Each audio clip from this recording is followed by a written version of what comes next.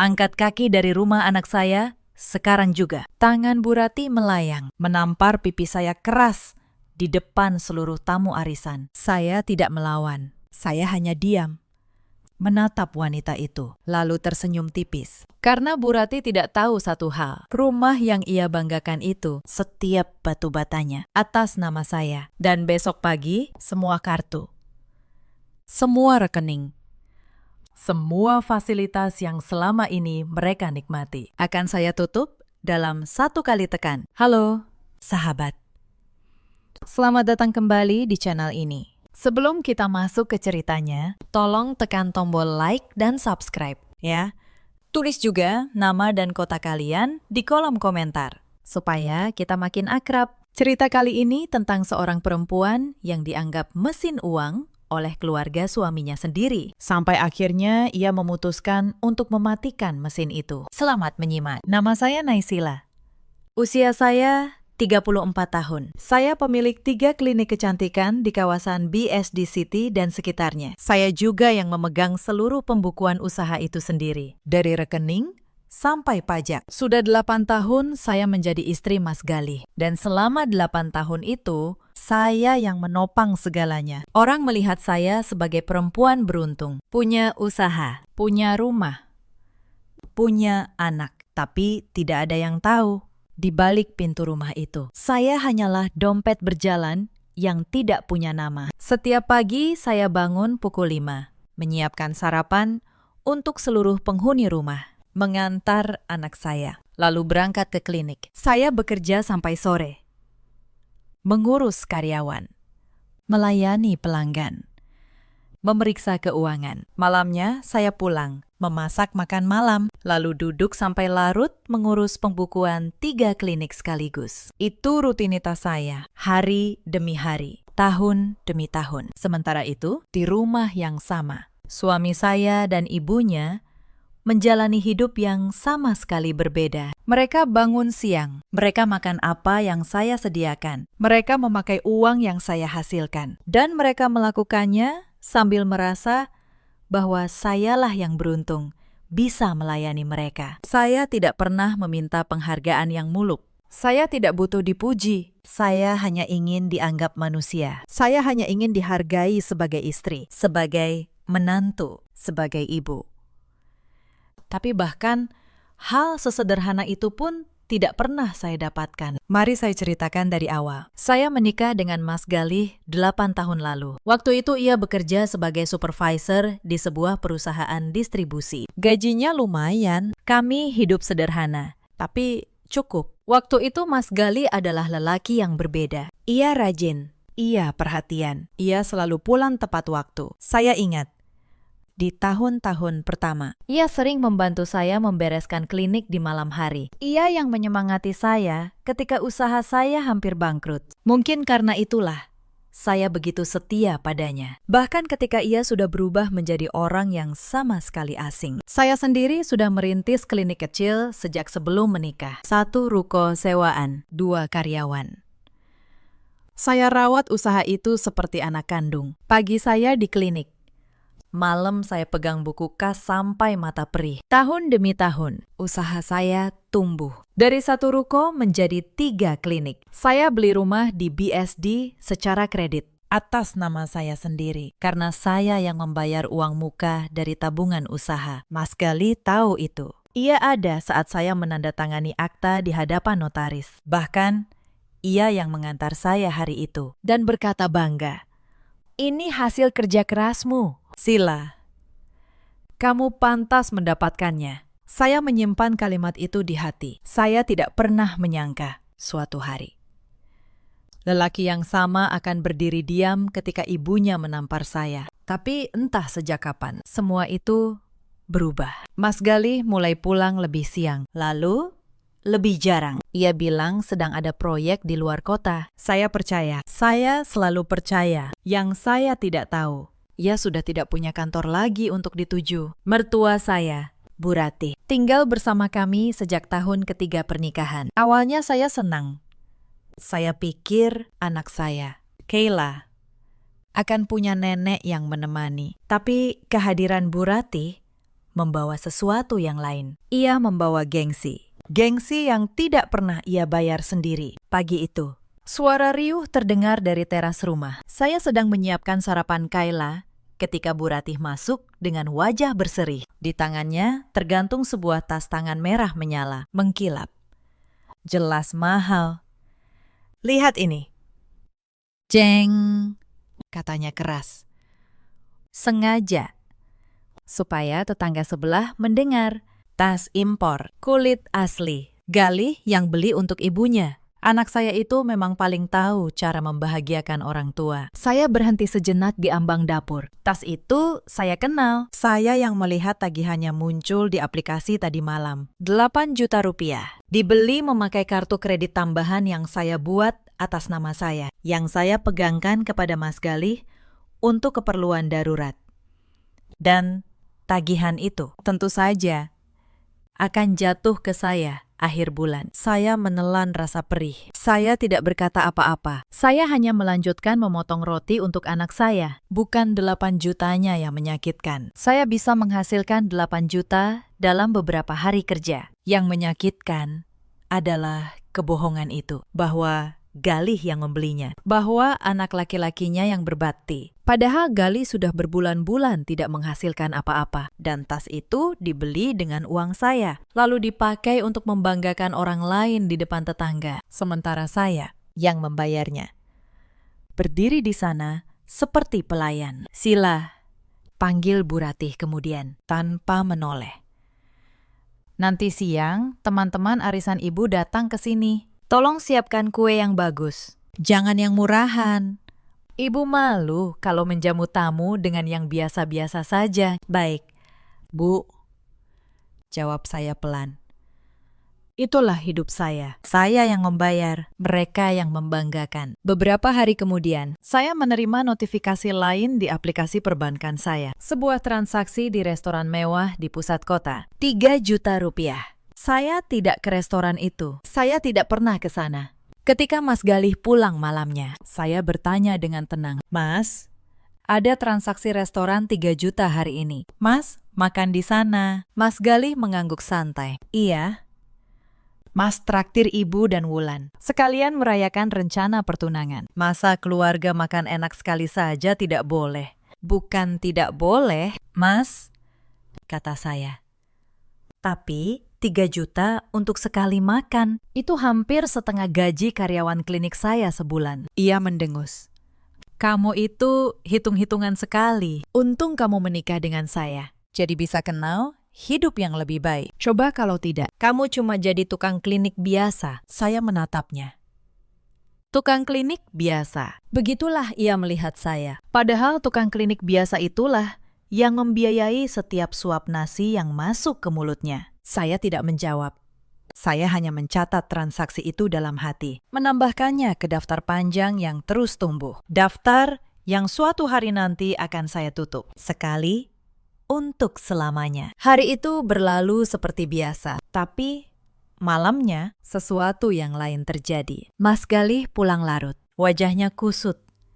Ia melempar tas kerjanya ke sofa. Padahal saya tahu isinya hanya koran bekas. Mas, kata saya, hati-hati. Tadi ada tagihan kartu masuk.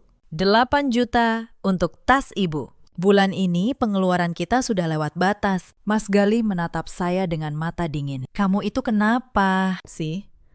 Baru segitu saja sudah ribut. Ibu kan cuma minta tas. Memangnya kamu mau bikin malu keluarga ini di depan teman-temannya? Bukan begitu. Mas, saya cuma... Sudah.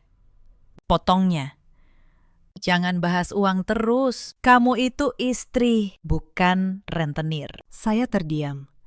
Kata itu menusuk, tapi saya menelannya. Seperti biasa. Malam itu, saya buka kembali buku kas usaha. Saya hitung pelan-pelan. Dan untuk pertama kalinya, jantung saya berdesir. Tidak enak. Pengeluaran rumah tangga naik 2 kali lipat dalam 6 bulan terakhir. Bukan untuk kebutuhan, untuk gaya hidup. Pas. Sepatu. Makan di restoran mahal. Semua memakai kartu yang saya pegangkan kepada Mas Galih. Tapi yang membuat saya benar-benar dingin adalah satu hal lain. Gaji Mas Gali sudah tidak pernah masuk ke rekening bersama kami sejak 8 bulan lalu. Saya menatap angka itu lama sekali. Lalu, saya tutup buku kas. Saya belum tahu apa yang sebenarnya terjadi. Tapi malam itu, untuk pertama kalinya, saya merasa ada yang sangat salah di rumah ini. Keesokan paginya, masalah baru datang. Adik ipar saya, Wulan, mampir ke rumah. Wulan, adik bungsu Mas Gali, 29 tahun, manja, dan kesayangan Bu Rati. Ia datang membawa setumpuk kantong belanja. Mbak Sila, katanya sambil meletakkan kantong-kantong itu di meja. Tadi aku belanja skincare pakai kartu yang dikasih Mas Gali, ya.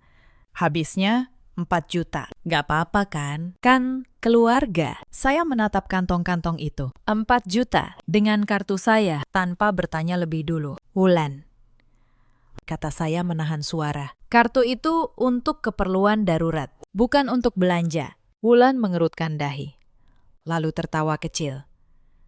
Ya ampun, Mbak, cuma 4 juta. Mbak kan punya banyak. Jangan pelit gitu dong.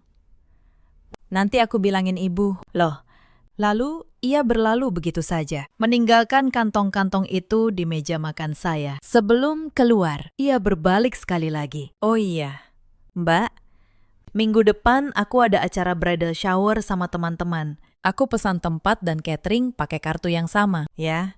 Anggap saja hadiah dari Mbak untuk calon adik ipar. Kan Mbak sayang sama aku. Saya membuka mulut hendak menolak, tapi Wulan sudah keluar sambil melambaikan tangan. Seolah semuanya sudah disepakati. Seolah uang saya adalah miliknya, yang tinggal ia ambil kapan saja. Saya berdiri sendirian di sana. Dada saya sesak, tapi saya tahu jika saya bersuara, saya yang akan disalahkan. Jadi saya diam. Saya bereskan kantong-kantong itu, dan saya kembali bekerja. Tapi malam itu, sesuatu menyayat hati saya lebih dalam dari semua tagihan. Kayla, anak saya yang baru 4 tahun, datang menghampiri saya di dapur. Wajahnya murung.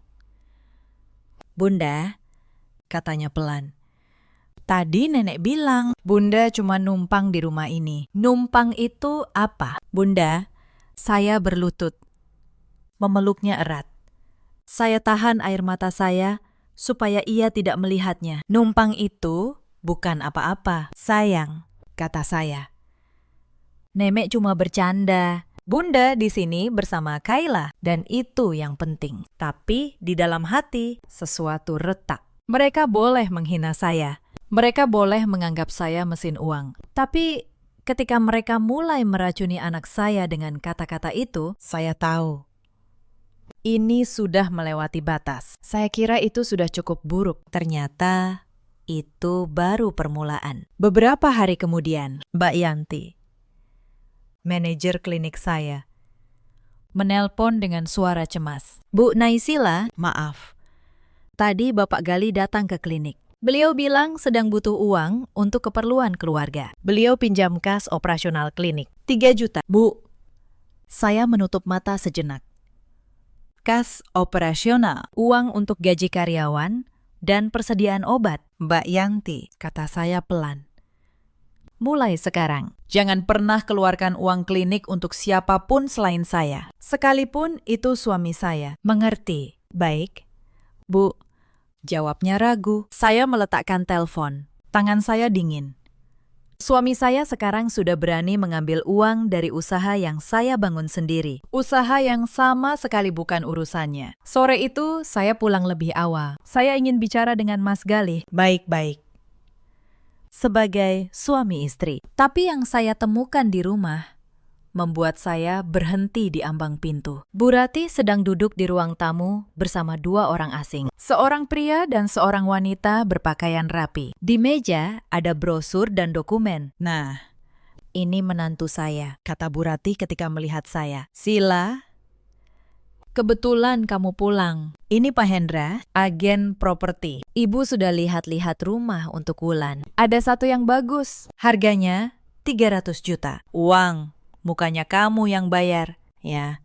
Ibu sudah janji ke Pak Hendra. Saya menatap brosur itu. Bu Ratih sudah berjanji atas nama uang saya kepada orang asing, tanpa bertanya sekalipun kepada saya. Bu, kata saya menahan diri. Saya belum pernah setuju soal ini. Bu Ratih tertawa di depan tamunya. Ya ampun. Sila, jangan bikin malu ibu di depan tamu. Kamu kan punya uang. Masa untuk adik ipar sendiri pelit begitu? Pak Hendra tersenyum kikuk. Mungkin bisa dibicarakan dulu di keluarga. Bu, tidak perlu dibicarakan. Potong Bu Ratih.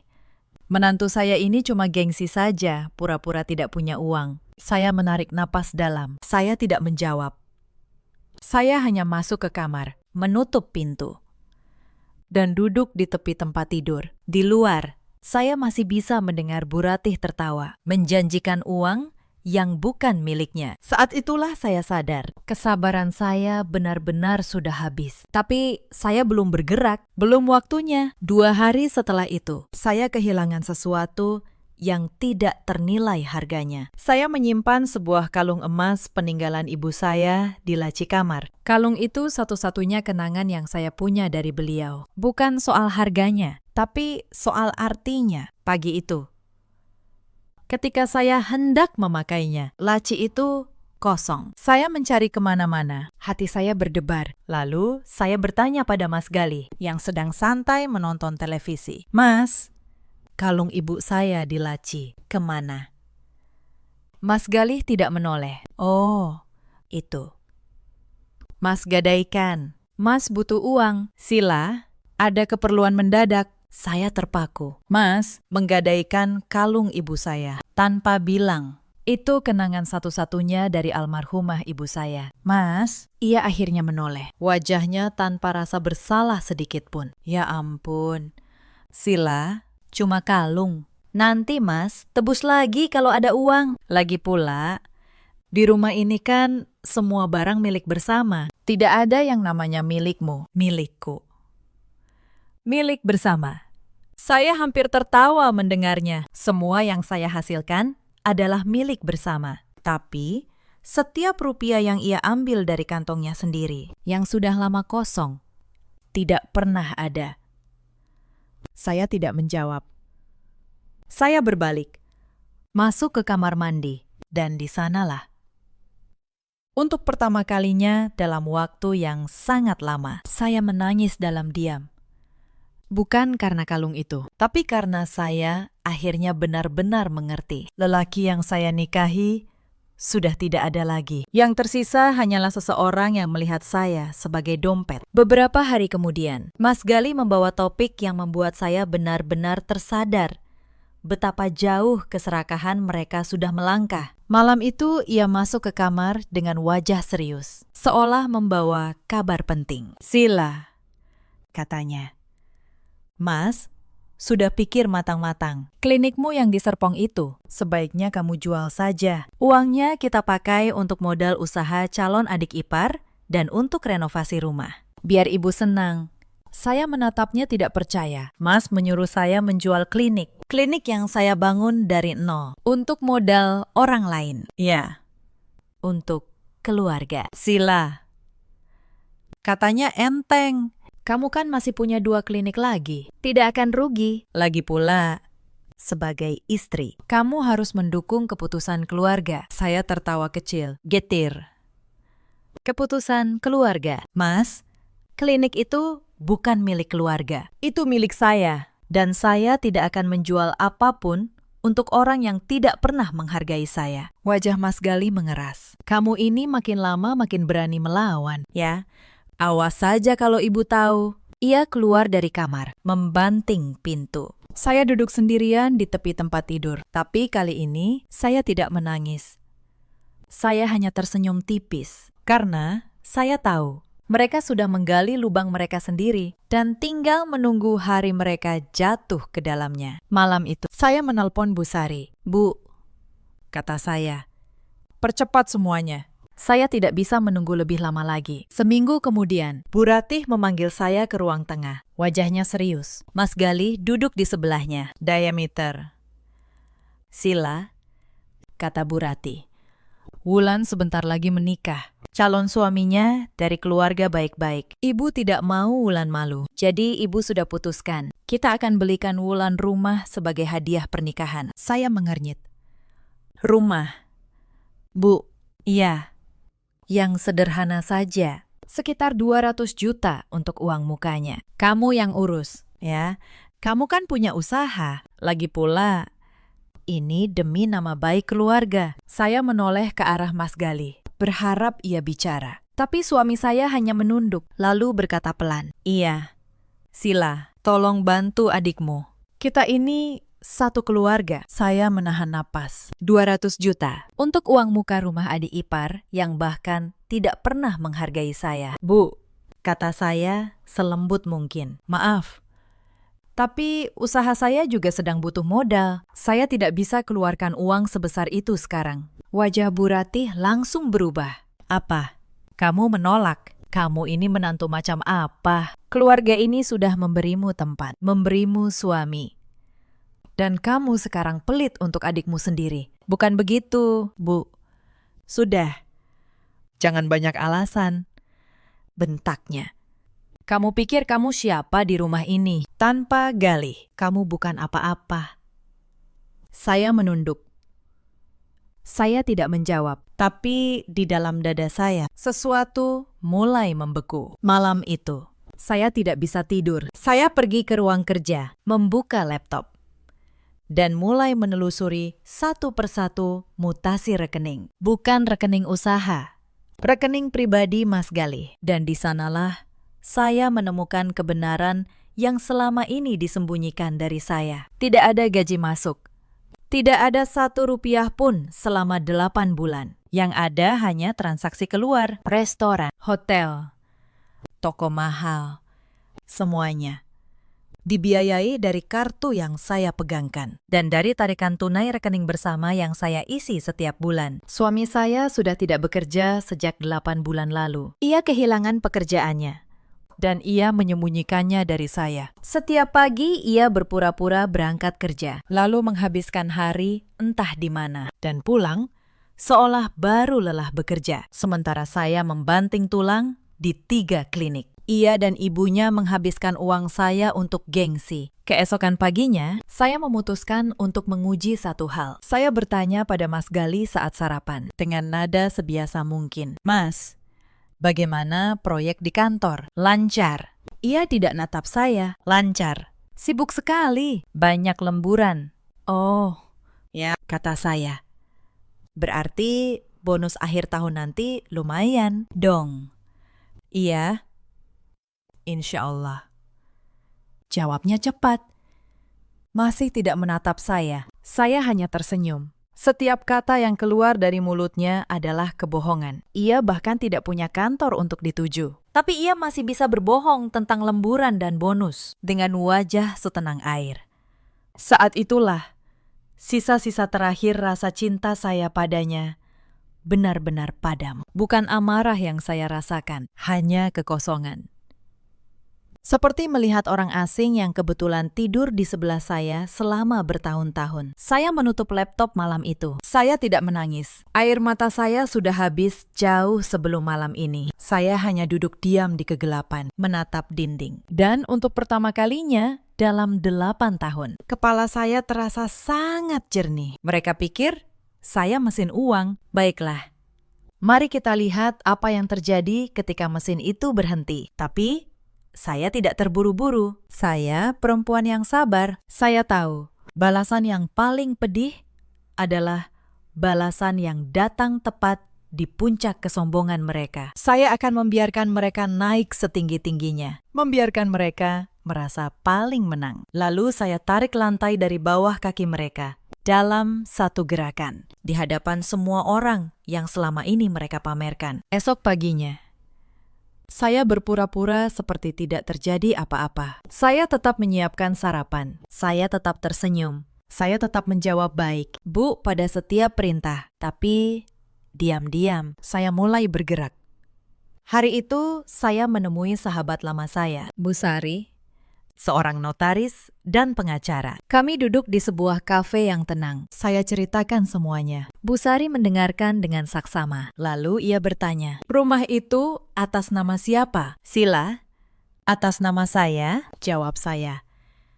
"Saya yang bayar uang muka. Saya yang bayar cicilan setiap bulan dari rekening usaha. Akta dan sertifikatnya atas nama saya." Bu Sari tersenyum tipis. "Lalu kartu kredit dan rekening yang mereka pakai. Semua atas nama saya. Mas Gali dan Wulan hanya pemegang kartu tambahan." Bu Sari menutup map di hadapannya. "Kalau begitu, Sila, kamu tidak sedang kehilangan apa-apa. Kamu hanya lupa bahwa semua ini milikmu dan kamu berhak mengambilnya kembali kapan saja." Saya terdiam sejenak. Lalu, saya mengangguk pelan. "Saya ingin semuanya rapi secara hukum." "Bu," kata saya tidak mau ada celah.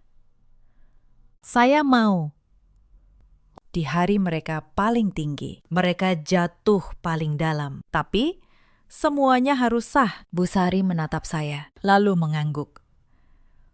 "Serahkan pada saya, tapi kamu harus tenang sampai waktunya tiba. Ada satu hal lagi, Bu," kata saya.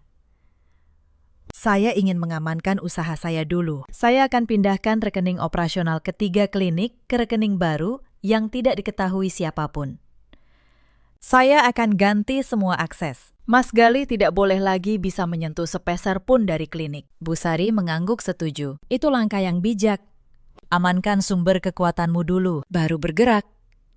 Selama 2 minggu berikutnya, saya bekerja diam-diam. Saya pindahkan seluruh rekening usaha. Saya kumpulkan semua dokumen rumah, semua bukti pembayaran cicilan, semua tagihan kartu kredit yang menunjukkan kemana uang itu pergi. Saya susun semuanya rapi, satu persatu. Seperti seorang akuntan menyusun laporan. Setiap malam, sementara mereka tidur nyenyak, di rumah yang saya bayar. Saya membangun benteng saya dalam diam. Saya pulang dengan langkah ringan. Untuk pertama kalinya dalam berbulan-bulan, saya bisa bernapas. Tapi mereka tentu saja tidak tahu apa yang sedang saya siapkan. Hari-hari berikutnya, tekanan di rumah makin menjadi. Bu Ratih terus mendesak soal rumah untuk Wulan. Mas Gali makin sering marah tanpa sebab. Dan Wulan makin sering datang membawa tagihan baru. Bahkan Bu Ratih mulai ikut campur urusan klinik saya. Suatu hari,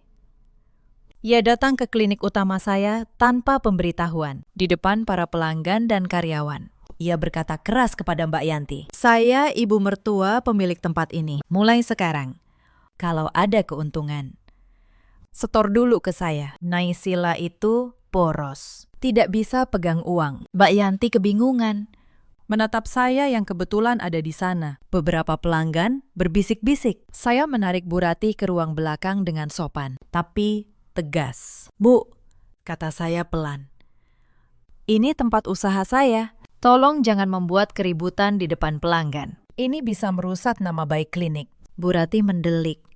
"Nama baik? Nama baik kamu itu ada karena keluarga kami. Awas saja kalau kamu berani melawan ibu." Hari itu, 2 pelanggan tetap saya membatalkan perawatan mereka. Bukan jumlah yang besar, tapi cukup membuat saya sadar. Racun keluarga ini sudah mulai merembet ke satu-satunya hal yang saya bangun dengan tangan saya sendiri. Beberapa hari kemudian, di meja makan, Bu Ratih dan Mas Gali kembali mendesak saya. Kali ini bersama-sama. "Sila," kata Bu Ratih, "soal rumah Wulan, kamu sudah putuskan.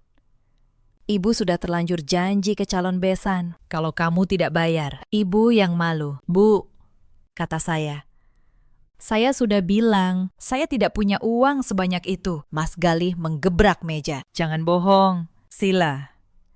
Klinikmu untung besar. Jangan pelit sama keluarga.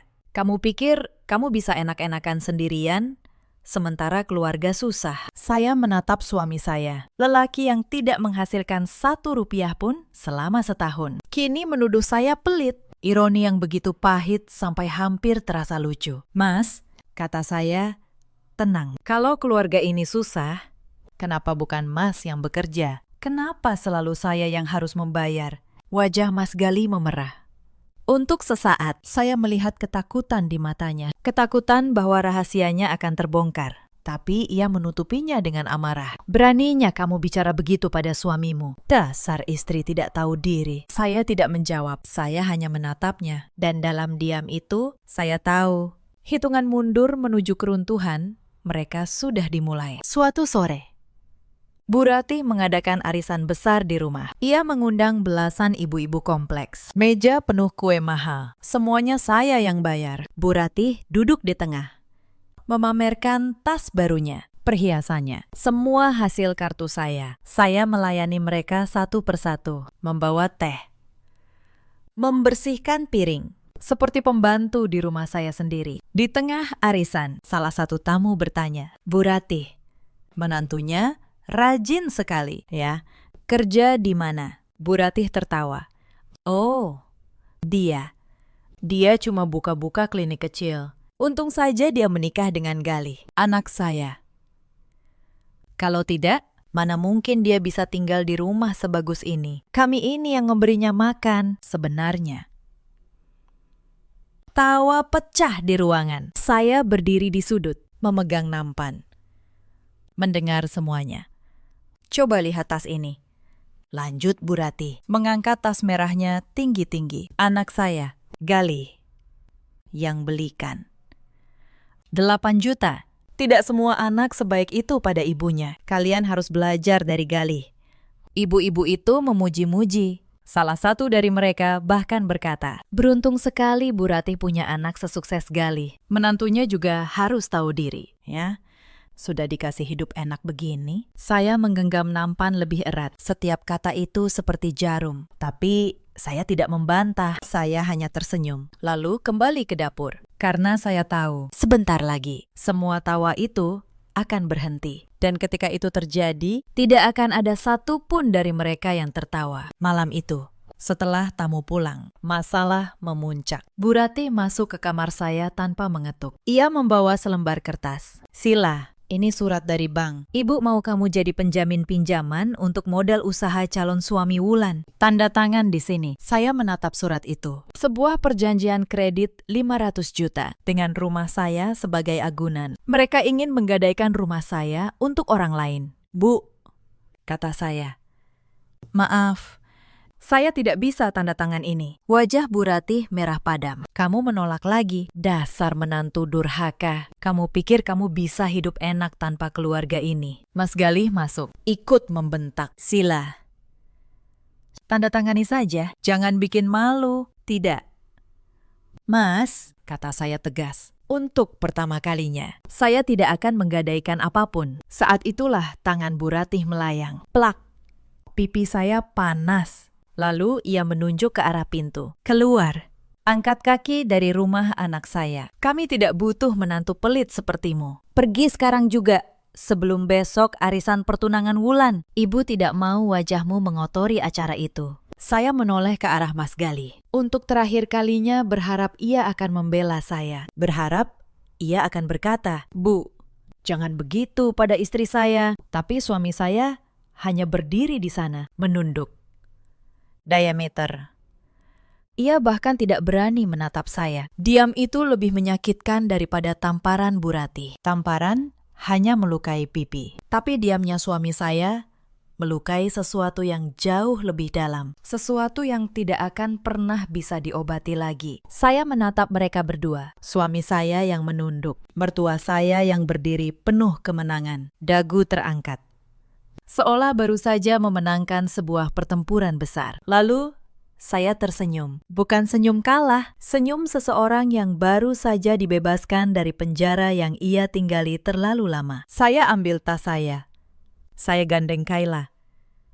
Dan saya berjalan keluar tanpa menoleh. Mereka pikir mereka mengusir saya. Mereka tidak tahu, mereka baru saja menyalakan sumbu yang akan meledakkan seluruh dunia mereka sendiri. Malam itu saya menginap di rumah Bu Sari. Saya tidurkan Kayla. Lalu saya dan Bu Sari duduk di ruang kerjanya sampai dini hari. Sebelum kami mulai bicara, saya sempat duduk diam menatap wajah Kayla yang tertidur. Anak saya tidak tahu apa-apa tentang badai yang sedang terjadi. Ia hanya tahu bahwa malam ini Ia tidur di tempat yang berbeda, dipelukan ibunya. Dan untuk pertama kalinya dalam waktu yang lama, saya merasa lega bahwa ia tidak lagi berada di rumah yang penuh racun itu. Apapun yang terjadi besok, saya bertekad anak saya akan tumbuh di tempat yang menghargainya, bukan di tempat yang mengajarinya bahwa ibunya hanyalah seorang yang numpang. Besok arisan pertunangan Wulan, kata saya.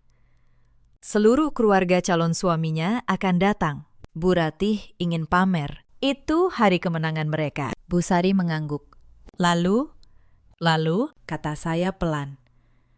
Di hari itu juga, semuanya akan berakhir. Apakah semua dokumen sudah siap? Bu Sari membuka map tebal di mejanya. Sudah.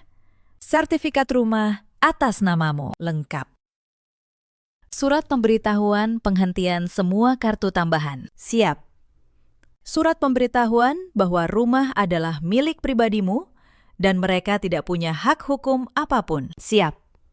Tinggal kamu yang menentukan kapan. Saya menatap map itu lama. Lalu saya berkata, besok. Saat acara sedang di puncaknya, saya tidak bisa tidur malam itu. Bukan karena takut, tapi karena untuk pertama kalinya, saya menunggu pagi dengan hati yang ringan. Esoknya, rumah saya, yang mereka kira rumah mereka, dihias meriah. Tenda di halaman, bunga di mana-mana. Meja prasmanan mewah, semua dibayar dengan kartu saya. Tentu saja. Saya mengamati semuanya dari kejauhan, dari mobil yang saya parkir di ujung jalan. Saya melihat rumah yang saya beli dengan keringat saya sendiri. Kini dipenuhi orang-orang yang merayakan di atas uang saya. Tanpa satupun dari mereka tahu siapa yang sebenarnya membayar semua ini. Anehnya, saya tidak merasa marah. Saya merasa tenang. Tenang, seperti seseorang yang tahu bahwa kartu terakhir ada di tangannya. Keluarga calon suami Wulan datang dengan rombongan mobil. Bu Ratih menyambut mereka dengan tas merahnya, perhiasannya. Senyum kemenangannya. Wulan duduk anggun di kursi pelaminan kecil. Mas Gali berdiri di samping ibunya, berlagak seperti kepala keluarga yang sukses. Padahal dompetnya kosong, dan harga dirinya dibeli dari uang istri yang ia hina. Acara berjalan, sambutan demi sambutan. Bu Ratih berdiri, bicara panjang lebar tentang betapa keluarganya adalah keluarga terhormat. Betapa mereka mampu memberikan yang terbaik untuk anak-anaknya. Ia bahkan menyebut bahwa keluarga mereka adalah keluarga mandiri yang tidak pernah berutang pada siapapun. Mendengar itu, saya keluar dari mobil. Sudah waktunya. Lalu, tepat saat ia sedang berbicara, di puncak kesombongannya, pintu gerbang terbuka. Saya masuk, mengenakan blazer putih bersih, rambut tertata, wajah tenang. Di belakang saya, Bu Sari berjalan membawa map coklat tebal. Di belakang Bu Sari, 2 orang petugas berseragam. Seluruh ruangan menoleh. Bu Ratih berhenti bicara. Wajahnya berubah. Sila, kamu berani datang ke sini? Sudah ibu bilang. Selamat sore, Bu. Potong saya tenang. Suara saya jelas terdengar ke seluruh ruangan. Selamat sore untuk semua tamu yang hadir. Maaf, saya mengganggu. Tapi ada beberapa hal yang harus diselesaikan hari ini. Demi kejelasan untuk semua pihak. Bu Sari maju, membuka map. Perkenalkan, saya Sari, notaris dan kuasa hukum Ibu Naysila. Saya di sini untuk menyampaikan beberapa pemberitahuan resmi. Ruangan mulai berbisik. Keluarga calon suami Wulan saling pandang. Bu Sari mengeluarkan lembar pertama. Pertama, rumah ini, beserta seluruh tanah dan bangunannya, adalah milik sah Ibu Naysila. Sertifikat dan akta atas namanya. Tidak ada nama lain. Bapak Gali dan Ibu Ratih tidak memiliki hak hukum apapun atas properti ini. Wajah Bu Ratih memucat. Bohong. Ini rumah anak saya. Bu Sari meletakkan salinan sertifikat di meja. Silakan diperiksa. Semua tercatat resmi. Saya melangkah maju. Bu Ratih, selama ini Ibu bilang Galih yang membeli rumah ini. Galih yang membeli tas Ibu. Galih yang membiayai keluarga ini. Saya berhenti sejenak. Tapi Bu, suami saya sudah tidak bekerja sejak 1 tahun lalu. Tidak ada 1 rupiah pun yang ia hasilkan. Ruangan terdiam total. Mas Galih membeku. Wajahnya pucat pasi. Semua tas, semua perhiasan, semua pesta hari ini, lanjut saya, dibayar dengan kartu kredit atas nama saya, termasuk rumah yang katanya milik ibu. Bu Sari mengeluarkan lembar berikutnya. Kedua, mulai pukul 11 pagi tadi, seluruh kartu kredit tambahan atas nama Ibu Naysila yang dipegang Bapak Galih dan Saudari Wulan telah diblokir secara permanen. Seluruh rekening bersama telah ditutup. Per detik ini, tidak ada lagi fasilitas keuangan yang bisa kalian akses. Wulan menjerit kecil. Apa? Kartuku diblokir. Aku baru saja pesan semua catering ini pakai kartu itu. Bu Sari menatapnya datar. Maka saya sarankan saudari segera menghubungi pihak catering, karena pembayaran hari ini tidak akan diproses. Wulan terburu-buru mengeluarkan ponselnya, mencoba menelpon. Wajahnya makin pucat setiap detik. Di seberang sana, pihak catering rupanya sudah memberitahu bahwa pembayaran ditolak, dan mereka mengancam akan menarik kembali semua hidangan jika tidak ada pembayaran tunai dalam 1 jam. Mbak Sila, tolong. Wulan berlari ke arah saya. Suaranya berubah memohon. Aku minta maaf. Aku akan kembalikan semua. Tolong, jangan permalukan aku di hari pertunanganku. Saya menatap Wulan, perempuan yang dulu menertawakan saya, yang menghabiskan uang saya tanpa rasa bersalah, yang mengancam akan mengadu pada ibunya setiap kali saya menolak. Wulan, kata saya, tenang. Kamu tahu apa yang lebih memalukan daripada catering yang ditarik? Membangun hidup di atas uang, orang yang kamu hina setiap hari. Hari ini kamu malu 1 hari, tapi saya sudah malu selama bertahun-tahun di rumah saya sendiri. Wulan terdiam, lalu mundur, jatuh terduduk di kursi. Keluarga calon suami Wulan mulai gelisah. Ayah si calon suami berdiri. Maaf, ini sebenarnya bagaimana? Jadi keluarga ini tidak punya rumah, tidak punya apa-apa. Bu Sari menatapnya datar. Yang punya rumah, kartu, dan seluruh aset di sini hanya 1 orang, Pakistan, Ibu Naysila. Yang lainnya selama ini hidup dari beliau. Si calon suami Wulan yang sedari tadi diam, kini menatap Wulan dengan pandangan yang berbeda. Pandangan yang penuh keraguan. Bu Ratih panik. Tidak. Tunggu.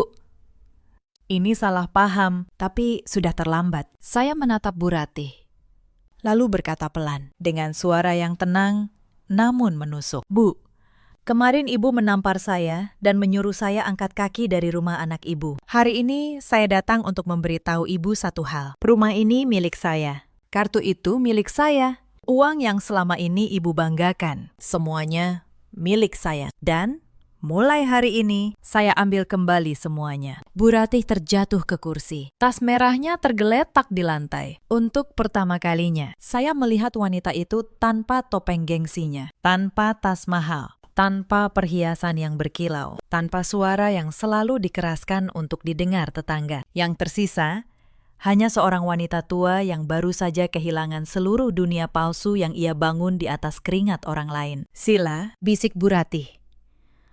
Suaranya bergetar. Ibu minta maaf. Ibu tidak tahu. Tolong jangan begini. Ibu sudah tua. Kemana ibu harus pergi? Saya menatapnya. Sebagian kecil dari hati saya yang masih menyimpan rasa hormat pada usia sempat tergerak. Tapi saya teringat pipi saya yang ditampar. Saya teringat anak saya yang bertanya, apa arti kata numpang? Saya teringat kalung ibu saya yang digadaikan. Bu, kata saya pelan. Kemarin, ketika ibu menampar saya dan menyuruh saya pergi, apakah ibu bertanya kemana saya dan anak saya akan tidur malam itu? Tidak.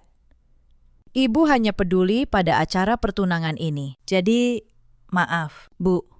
Hari ini saya juga hanya peduli pada 1 hal, keadilan. Bu Ratih menunduk, menutupi wajahnya dengan kedua tangan. Mas Galih melangkah ke arah saya. Suaranya gemetar. Sila. Maafkan Mas Kilaf. Kita bisa bicara baik-baik. Kita suami istri. Sila. Saya menatapnya lama, Lelaki yang dulu saya cintai. Lelaki yang dulu mengantar saya menandatangani akta rumah dan berkata, saya pantas mendapatkannya. Lelaki yang berpura-pura bekerja selama setahun, sementara saya membanting tulang. Suami, istri, ulang saya pelan. Mas tahu apa yang paling menyakitkan. Bukan karena Mas tidak punya uang, saya tidak pernah mempermasalahkan itu. Saya akan dengan senang hati menafkahi keluarga ini selamanya. Jika saja Mas memperlakukan saya sebagai istri, bukan sebagai mesin uang. Saya berhenti sejenak. Suara saya tetap tenang, tapi setiap katanya jatuh seperti batu. Yang menyakitkan adalah Mas membiarkan ibu Mas menampar saya, dan Mas hanya menunduk. Mas membiarkan saya dihina di rumah saya sendiri, dan Mas diam. Mas menggadaikan kalung ibu saya, kenangan terakhir saya, tanpa rasa bersalah. Itu bukan suami, Mas. Itu pengecut. Mas Galih membuka mulut, mencoba berkata sesuatu, tapi tidak ada kata yang keluar. Ia hanya berdiri di sana, dengan ratusan mata tamu menatapnya, telanjang dari semua kepalsuan yang selama ini ia kenakan. Saya berbalik kepada Bu Sari. Lanjutkan. Bu Sari mengeluarkan lembar terakhir. Ketiga. Atas nama klien saya, kami memberi waktu 7 hari kepada Bapak Galih dan Ibu Ratih untuk mengosongkan rumah ini. Setelah itu, properti akan dikelola sepenuhnya oleh pemiliknya yang sah. Dan ini, ia meletakkan satu map tipis di hadapan Mas Galih. Adalah gugatan cerai dari Ibu Naysila. Mohon ditandatangani. Mas Galih menatap map itu dengan tangan gemetar. Ruangan hening. Hanya terdengar isak tangis Bu Ratih yang tertahan. Keluarga calon suami Wulan berdiri serempak. Maaf, kata ayah si calon. Kami rasa pertunangan ini perlu kami pertimbangkan ulang. Kami tidak bisa menyatukan anak kami dengan keluarga yang seperti ini. Wulan menjerit mengejar mereka. Tunggu, jangan pergi. Ini semua salah paham. Tapi rombongan itu sudah berjalan keluar satu persatu, meninggalkan tenda megah yang tidak akan pernah terbayar. Saya menggandeng tangan Kayla, anak saya, yang sedari tadi berdiri di samping Bu Sari. Saya tersenyum padanya, lalu kami berjalan menuju pintu. Di ambang pintu, saya berhenti sejenak. Saya menoleh ke belakang, menatap ruangan yang tadinya penuh kemegahan, kini penuh keruntuhan. Bu Ratih menangis di lantai. Mas Galih terduduk memegang map cerai. Wulan berdiri sendirian di tengah tenda yang akan disita cateringnya. Saya tidak merasa puas. Saya tidak merasa menang. Saya hanya merasa, akhirnya, saya bebas. Saya keluar dari rumah itu. Rumah yang atas nama saya, tapi tidak pernah benar-benar menjadi rumah saya. Di luar, langit sore berwarna jingga. Udara terasa lebih ringan dari sebelumnya. 7 hari kemudian, mereka mengosongkan rumah itu. Saya tidak datang melihat. Saya tidak perlu. Saya mendengar kabarnya dari Mbak Yanti, manajer klinik saya. Bu Ratih kembali ke kampung halamannya, tinggal menumpang di rumah saudaranya. Mas Galih menjual mobilnya untuk bertahan hidup, lalu menghilang entah kemana. Wulan batal menikah, dan namanya menjadi bahan gunjingan satu kompleks. Kabar lain pun sampai ke telinga saya beberapa minggu kemudian. Calon suami Wulan ternyata membatalkan pertunangan sepenuhnya. Keluarganya tidak mau menyatukan anak mereka dengan keluarga yang ternyata tidak punya apa-apa. Dan yang lebih buruk, yang membangun citra di atas kebohongan. Wulan, yang selama ini hidup manja dengan uang saya, kini harus mencari pekerjaan untuk pertama kalinya dalam hidupnya. Bu Ratih, yang dulu begitu bangga dengan tas mahal dan arisannya, kini tidak lagi punya panggung untuk pamer. Tetangga-tetangga yang dulu memujinya, kini membicarakannya di belakang. Gengsi yang ia bangun bertahun-tahun runtuh dalam satu sore. Dan Mas Galih, lelaki yang dulu berkata, saya pantas mendapatkan rumah itu, kini tidak punya rumah, tidak punya mobil, tidak punya istri.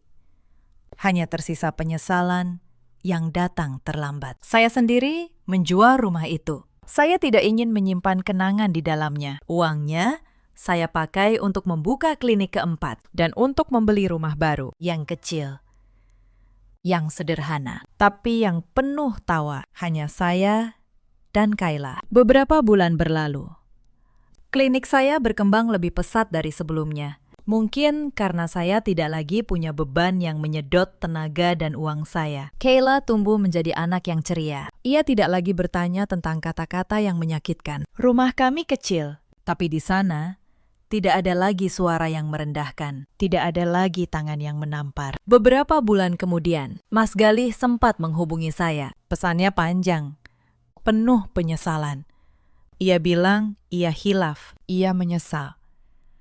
Ia ingin memperbaiki semuanya. Ia bilang ia kini mengerti betapa berharganya saya. Saya membaca pesan itu sekali, lalu saya menghapusnya. Karena ada penyesalan yang datang terlalu terlambat untuk berarti apa-apa. Seseorang baru menyadari nilai air ketika sumurnya sudah kering. Tapi, sumur yang sudah kering tidak akan terisi kembali hanya dengan penyesalan. Cerita ini mengajarkan kita banyak hal. Jangan pernah menggigit tangan yang memberimu makan. Jangan pernah menganggap kebaikan seseorang sebagai kelemahan yang bisa diinjak. Di luar sana, ada banyak perempuan seperti saya dulu. Perempuan yang menopang seluruh keluarga, tapi diperlakukan seperti mesin uang tanpa nama. Perempuan yang diam bukan karena lemah, tapi karena memilih bersabar. Jika kalian salah satunya, ketahuilah, kesabaran bukan berarti kalian harus bertahan selamanya dalam ketidakadilan. Ada batas, dan ketika batas itu tiba, kalian berhak memilih diri kalian sendiri. Ada juga banyak suami seperti Galih, lelaki yang membiarkan ibunya menyakiti istrinya, lalu bersembunyi di balik kata keluarga. Ketahuilah, diam di hadapan ketidakadilan bukanlah kebaikan. Itu adalah pengkhianatan yang paling halus. Cinta tanpa keberanian untuk melindungi hanyalah kata-kata kosong. Dan ada pula para ibu mertua seperti Bu Ratih. Mereka membangun gengsi di atas keringat orang lain, lalu menyebutnya kehormatan. Padahal kehormatan yang dibeli dengan penderitaan menantu bukanlah kehormatan sama sekali. Itu hanya kesombongan yang menunggu waktunya untuk runtuh. Dalam hidup, kesabaran memang ada batasnya. Ketika seseorang yang tulus akhirnya lelah dan memilih pergi, tidak ada penyesalan yang mampu membawanya kembali. Harga sebuah ketulusan baru terasa ketika ia sudah tidak ada lagi. Hargailah orang yang berkorban untukmu selagi ia masih ada. Karena ketika ia pergi, ia akan membawa serta segala yang pernah ia berikan. Dan yang tersisa untukmu hanyalah ruangan kosong, sama seperti yang dulu kamu kira sebagai kemenangan. Itulah cerita kita kali ini. Terima kasih sudah menemani sampai akhir. Jika kalian punya cerita serupa, atau jika cerita ini menyentuh hati kalian, tuliskan di kolom komentar. Jangan lupa like dan subscribe, supaya tidak ketinggalan cerita-cerita berikutnya. Sampai jumpa di cerita selanjutnya. Hari pertama menjadi menantu. Ibu mertua menyerahkan sebuah buku aturan bersampul kulit hitam. Isinya satu kalimat yang paling ia banggakan. Menantu adalah yang paling rendah. Tidak boleh menyentuh meja makan sebelum orang tua selesai. Saya tersenyum. Saya setuju. Saya bahkan berterima kasih. Keesokan paginya, saya tidak memasak sebutir nasi pun. Dan hanya dengan satu kalimat yang sopan, saya membuat seluruh keluarga Suryo Atmojo membeku di ruang makan mereka sendiri. Mereka tidak tahu satu hal. Aturan yang mereka tulis untuk menjerat leher saya akan saya pakai untuk meruntuhkan tirani mereka sendiri. Satu sarapan demi satu sarapan. Halo, sahabat. Selamat datang kembali di kanal ini, tempat kita berbagi kisah-kisah rumah tangga yang menyentuh. Jika cerita ini menemani hari Anda, jangan lupa berlangganan. Karena hari ini kita akan sama-sama melihat bagaimana seorang menantu membalas sebuah aturan feodal dengan cara yang paling elegan, paling sopan, dan paling tidak pernah disangka, tanpa satupun kata kasar, tanpa satupun piring yang pecah. Kisah hari ini tentang sebuah buku aturan kuno, seorang ibu mertua yang merasa berkuasa, dan seorang menantu yang memilih patuh sampai ke titik terakhir. Sampai kepatuhan itu sendiri berubah menjadi senjata. Coba tebak di kolom komentar, di posisi Kirana. Kalian akan melakukan apa? Mari kita mulai. Nama saya Kirana. 32 tahun. Saya bekerja sebagai manajer akuntansi di sebuah perusahaan di kawasan Sudirman. Sudah 8 tahun, Saya hidup dari angka. Angka tidak pernah berbohong. Kalau ada satu digit yang salah di neraca, seluruh laporan ikut runtuh. Saya terbiasa mencari digit yang salah itu, lalu memperbaikinya tanpa banyak bicara. Saya bukan perempuan yang mudah dijatuhkan, tetapi malam itu saya memilih menunduk. Bukan karena takut, melainkan karena saya sudah tahu. Kesabaran adalah neraca yang paling mahal, dan saya berniat menagihnya sampai lunas. Malam itu, saya resmi menjadi istri Bayu. Pernikahan kami megah. Para tamu memuji Bayu karena pandai memilih istri. Cantik, katanya. Sekaligus cerdas. Tetapi jauh di dalam hati, saya sudah tahu.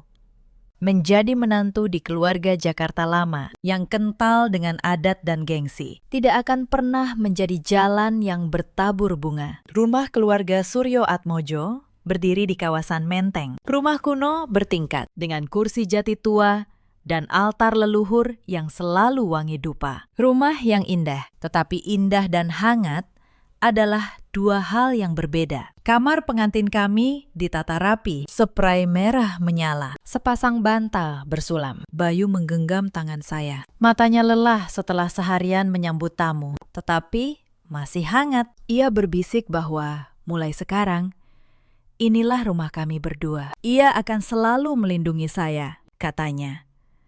Namun sebelum kehangatan, tangannya sempat menjalar. Terdengar ketukan pintu. Kering 3 kali. Pintu terbuka. Ibu Hartini masuk. Ibu mertua saya. Beliau masih mengenakan kebaya bludru hitam sejak acara tadi. Riasannya tebal, matanya tajam, dan ia tidak repot menyembunyikan raut wajah yang menekan. Di tangannya bukan kado pernikahan, bukan amplop, melainkan sebuah buku bersampul kulit hitam yang sudah usang. Beliau duduk di kursi jati di samping meja rias, lalu memberi isyarat agar kami ikut duduk. Suaranya berat dan mantap. Kalian berdua sudah resmi menjadi suami istri, kata beliau. Keluarga Suryo Atmojo dari dulu menjunjung tinggi tata krama. Kirana, kamu datang ke sini sebagai menantu. Kamu harus paham aturannya. Beliau meletakkan buku itu di meja. Buku ini berisi semua hal yang harus dipegang teguh oleh setiap menantu di rumah ini. Saya melirik Bayu. Ia sedikit menunduk. Tangannya mengepal di atas lutut. Tetapi mulutnya terkunci. Suami yang tadi berjanji akan selalu melindungi saya, kini memilih diam saat ibunya menyerahkan sebuah rantai untuk leher istrinya. Saya tersenyum tipis, menjaga sikap sesopan mungkin. Baik, Bu, jawab saya.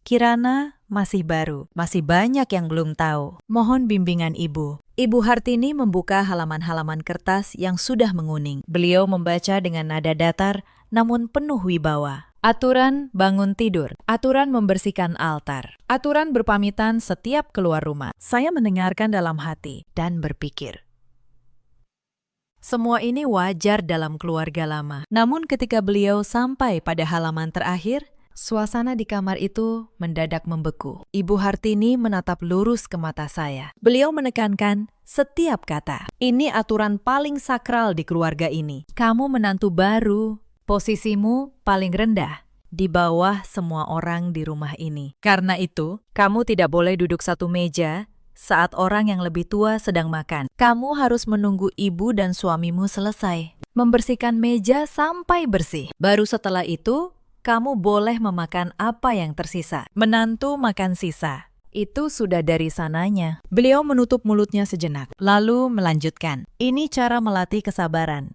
dan rasa hormat orang muda kepada yang tua. Bayu terkejut. Bu, zaman sekarang sudah beda. Kirana kerja seharian. Pulang harus menunggu sampai meja bersih. Itu kasihan. Bu, Ibu Hartini melotot pada putranya. Kamu diam. Ini aturan keluarga. Dulu waktu ibu jadi menantu di rumah nenekmu, ibu juga menahan lapar sampai tengah malam. Dengan begitu, ibu paham posisi ibu. Beliau menoleh kembali kepada saya. Kirana, bagaimana menurutmu? Saya menatap buku itu, lalu menatap wajah ibu mertua yang penuh kemenangan. Di dalam kepala, saya sudah membaca situasi ini seperti membaca neraca. Ini ujian. Kalau saya menangis, saya kalah. Kalau saya melawan, saya menjadi menantu pembangkang. Dan beliau punya alasan untuk menekan saya seumur hidup. Tetapi, kalau saya setuju, sepenuhnya. Tanpa celah. Maka aturan ini menjadi milik saya. Senjata yang ditulis oleh tangannya sendiri. Saya menarik napas dalam-dalam. Wajah saya tenang luar biasa. Saya menunduk sedikit. Baik, Bu. Nasihat Ibu sangat bijaksana. Kirana mengerti. Ibu ingin yang terbaik. Ibu ingin melatih kesabaran seorang wanita. Kirana akan mematuhi aturan keluarga ini sepenuhnya. Mulai besok, Kirana laksanakan persis seperti petunjuk ibu. Ibu Hartini tampak sedikit terkejut. Beliau tidak menyangka saya menyerah secepat itu. Beliau berdeham, menutup buku. Lalu berdiri. Bagus kalau kamu mengerti. Sudah. Kalian istirahat. Besok pagi jam 6 kita sarapan. Ingat itu. Pintu tertutup. Bayu segera memegang bahu saya. Suaranya penuh sesal. Kirana. Maafkan, Mas. Mas tidak menyangka Ibu akan begini. Biar Mas bicara lagi. Saya menepuk pelan tangannya. Mas, tidak perlu khawatir. Aku punya caraku sendiri. Aku akuntan. Mas, aku tahu cara menyeimbangkan neraca, termasuk neraca antara hak dan kewajiban. Biarkan Ibu melakukan apa yang beliau mau. Nanti Mas akan lihat betapa menariknya aturan ini. Malam itu saya berbaring di pelukan Bayu. Tetapi pikiran saya sudah menyusun rencana. Sebuah rencana di mana saya akan memakai rantai yang baru saja Ibu kalungkan di leher saya untuk menjeratnya dalam situasi yang tak pernah ia bayangkan. Tetapi malam itu, ia belum tahu apa yang sudah disiapkan menantunya. Jam waker berbunyi tepat pukul 5:30 pagi. Saya bangun. Hawa dingin pagi Jakarta menyelinap dari celah jendela. Seperti biasa, saya menyiapkan pakaian kantor yang rapi, merias wajah dengan ringan. Tetapi alih-alih turun ke dapur seperti menantu baru yang patuh, saya justru duduk santai di depan meja rias. Membentuk alis, menyemprotkan sedikit parfum. Tepat pukul 6, saya turun ke ruang keluarga. Ibu Hartini sudah duduk di meja makan. Wajahnya tidak sabar. Bayu juga bangun, sibuk menyeduh teh. Melihat saya turun, ia buru-buru memanggil, Kirana, ayo siapkan sarapan. Ibu sudah menunggu. Ibu Hartini berdeham, melirik jam dinding, lalu menatap saya tajam. Menantu baru, jam segini baru turun. Cepat ke dapur, buat nasi goreng atau apa saja yang cepat. Sebelum kita semua berangkat, saya berdiri di anak tangga terakhir. Tersenyum sangat manis, tetapi kaki saya sama sekali tidak melangkah ke arah dapur. Saya menyilangkan tangan di depan dada. Suara saya lembut, namun jelas. Permisi. Bu, Kirana ingat betul nasihat Ibu semalam. Ibu bilang, posisi Kirana paling rendah. Tidak boleh menyentuh meja makan atau makanan sebelum orang yang lebih tua selesai. Kirana sudah pikirkan baik-baik. Kalau Kirana masuk dapur, menyiapkan piring. Lalu, tidak sengaja menyentuh makanan Ibu dan Mas Bayu sebelum kalian makan. Kirana berdosa karena tidak sopan. Kirana tidak berani melanggar nasihat Ibu. Ibu Hartini tertegun. Sumpit di tangannya sedikit bergetar. Beliau menyipitkan mata. Jadi kamu mau membiarkan ibu dan suamimu kelaparan? Saya langsung menjawab. Suara tetap manis. Tentu tidak, Bu. Kirana hanya menjalankan kewajiban. Karena Kirana tidak boleh menyentuh makanan orang yang lebih tua, maka Kirana tidak bisa memasak untuk ibu. Memasak itu harus mencicipi. Bu, takut keasinan atau kurang bumbu? Kalau Kirana mencicipi, berarti Kirana sudah makan sebelum ibu. Itu melanggar aturan. Kirana menantu baru, harus menjaga nama baik keluarga. Kirana tidak mau kerabat lain bilang Kirana tidak tahu sopan santun. Saya melirik jam tangan, lalu mengambil tas. Sudah hampir jam masuk kantor. Ibu dan Mas, silakan sarapan. Piring kotornya diletakkan saja. Bu, sore nanti Kirana bereskan. Lalu Kirana makan bagian Kirana setelah meja bersih.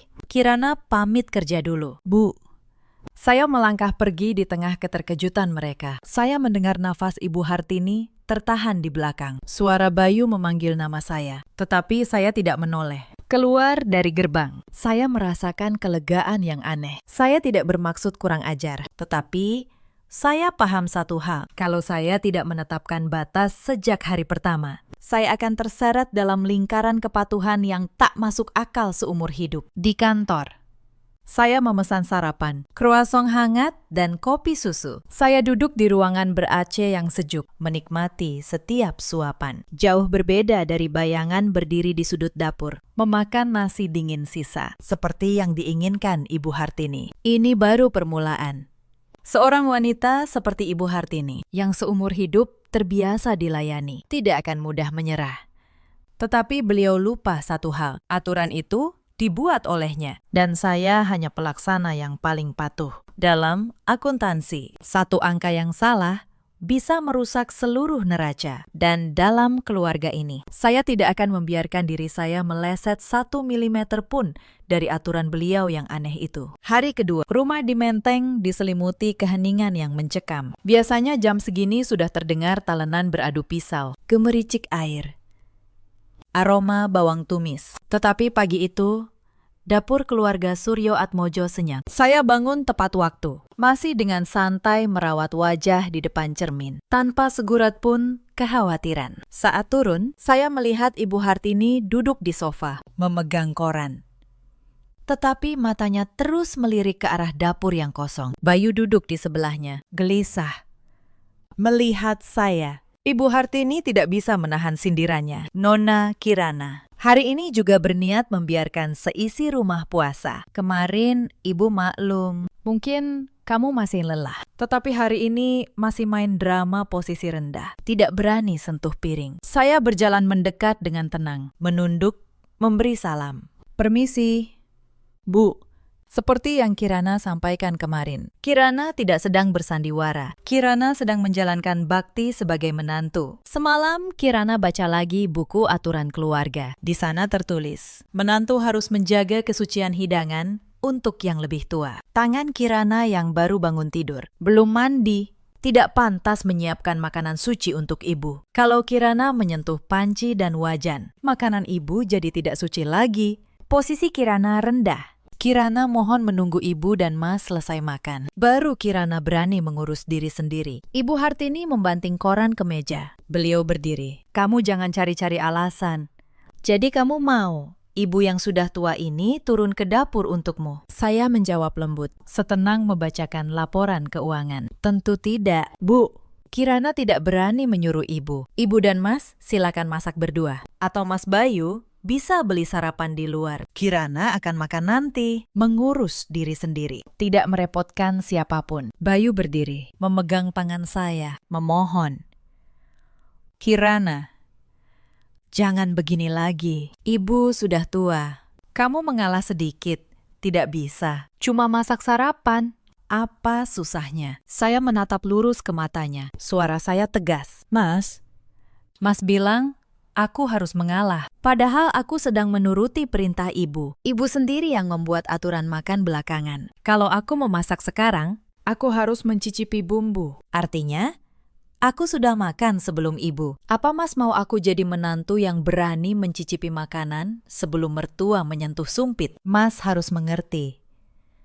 Aku sedang berusaha menjadi menantu yang sesuai aturan keluarga ini. Ibu Hartini begitu marah hingga kata-katanya tertahan. Wajahnya memerah. Beliau belum pernah bertemu lawan yang menggunakan senjatanya sendiri untuk menyerang balik. Begitu halus, namun mematikan. Beliau menoleh pada Bayu. Sudah, kamu tidak usah bicara lagi dengannya. Kita lihat saja dia bisa bertahan sampai kapan. Ayo, kita makan lontong sayur di luar. Saya tidak percaya rumah ini bisa mati kelaparan tanpa dia. Ibu Hartini mengenakan sandalnya, menarik Bayu keluar. Saya berdiri di ruang tamu, melihat mereka menghilang di balik gerbang. Lalu saya tersenyum sendiri. Saya masuk ke dapur. Sama sekali tidak menyentuh piring atau gelas milik Ibu Hartini. Saya membuka kulkas, mengambil sekotak susu almond yang saya beli semalam, menuangkannya ke gelas pribadi yang saya bawa dari rumah. Lalu, Saya duduk di sofa empuk, menikmati susu sambil melanjutkan buku. Keheningan ini luar biasa. Tidak ada lagi komentar pedas tentang irisan bawang yang tidak rata. Tidak ada lagi keluhan masakan kurang garam. Saya sedang menikmati kebebasan di dalam sangkar yang Ibu Hartini sendiri buat. Dalam perang ini, siapa yang kehilangan ketenangan lebih dulu? Dialah yang kalah. Ibu Hartini sedang emosional. Sementara saya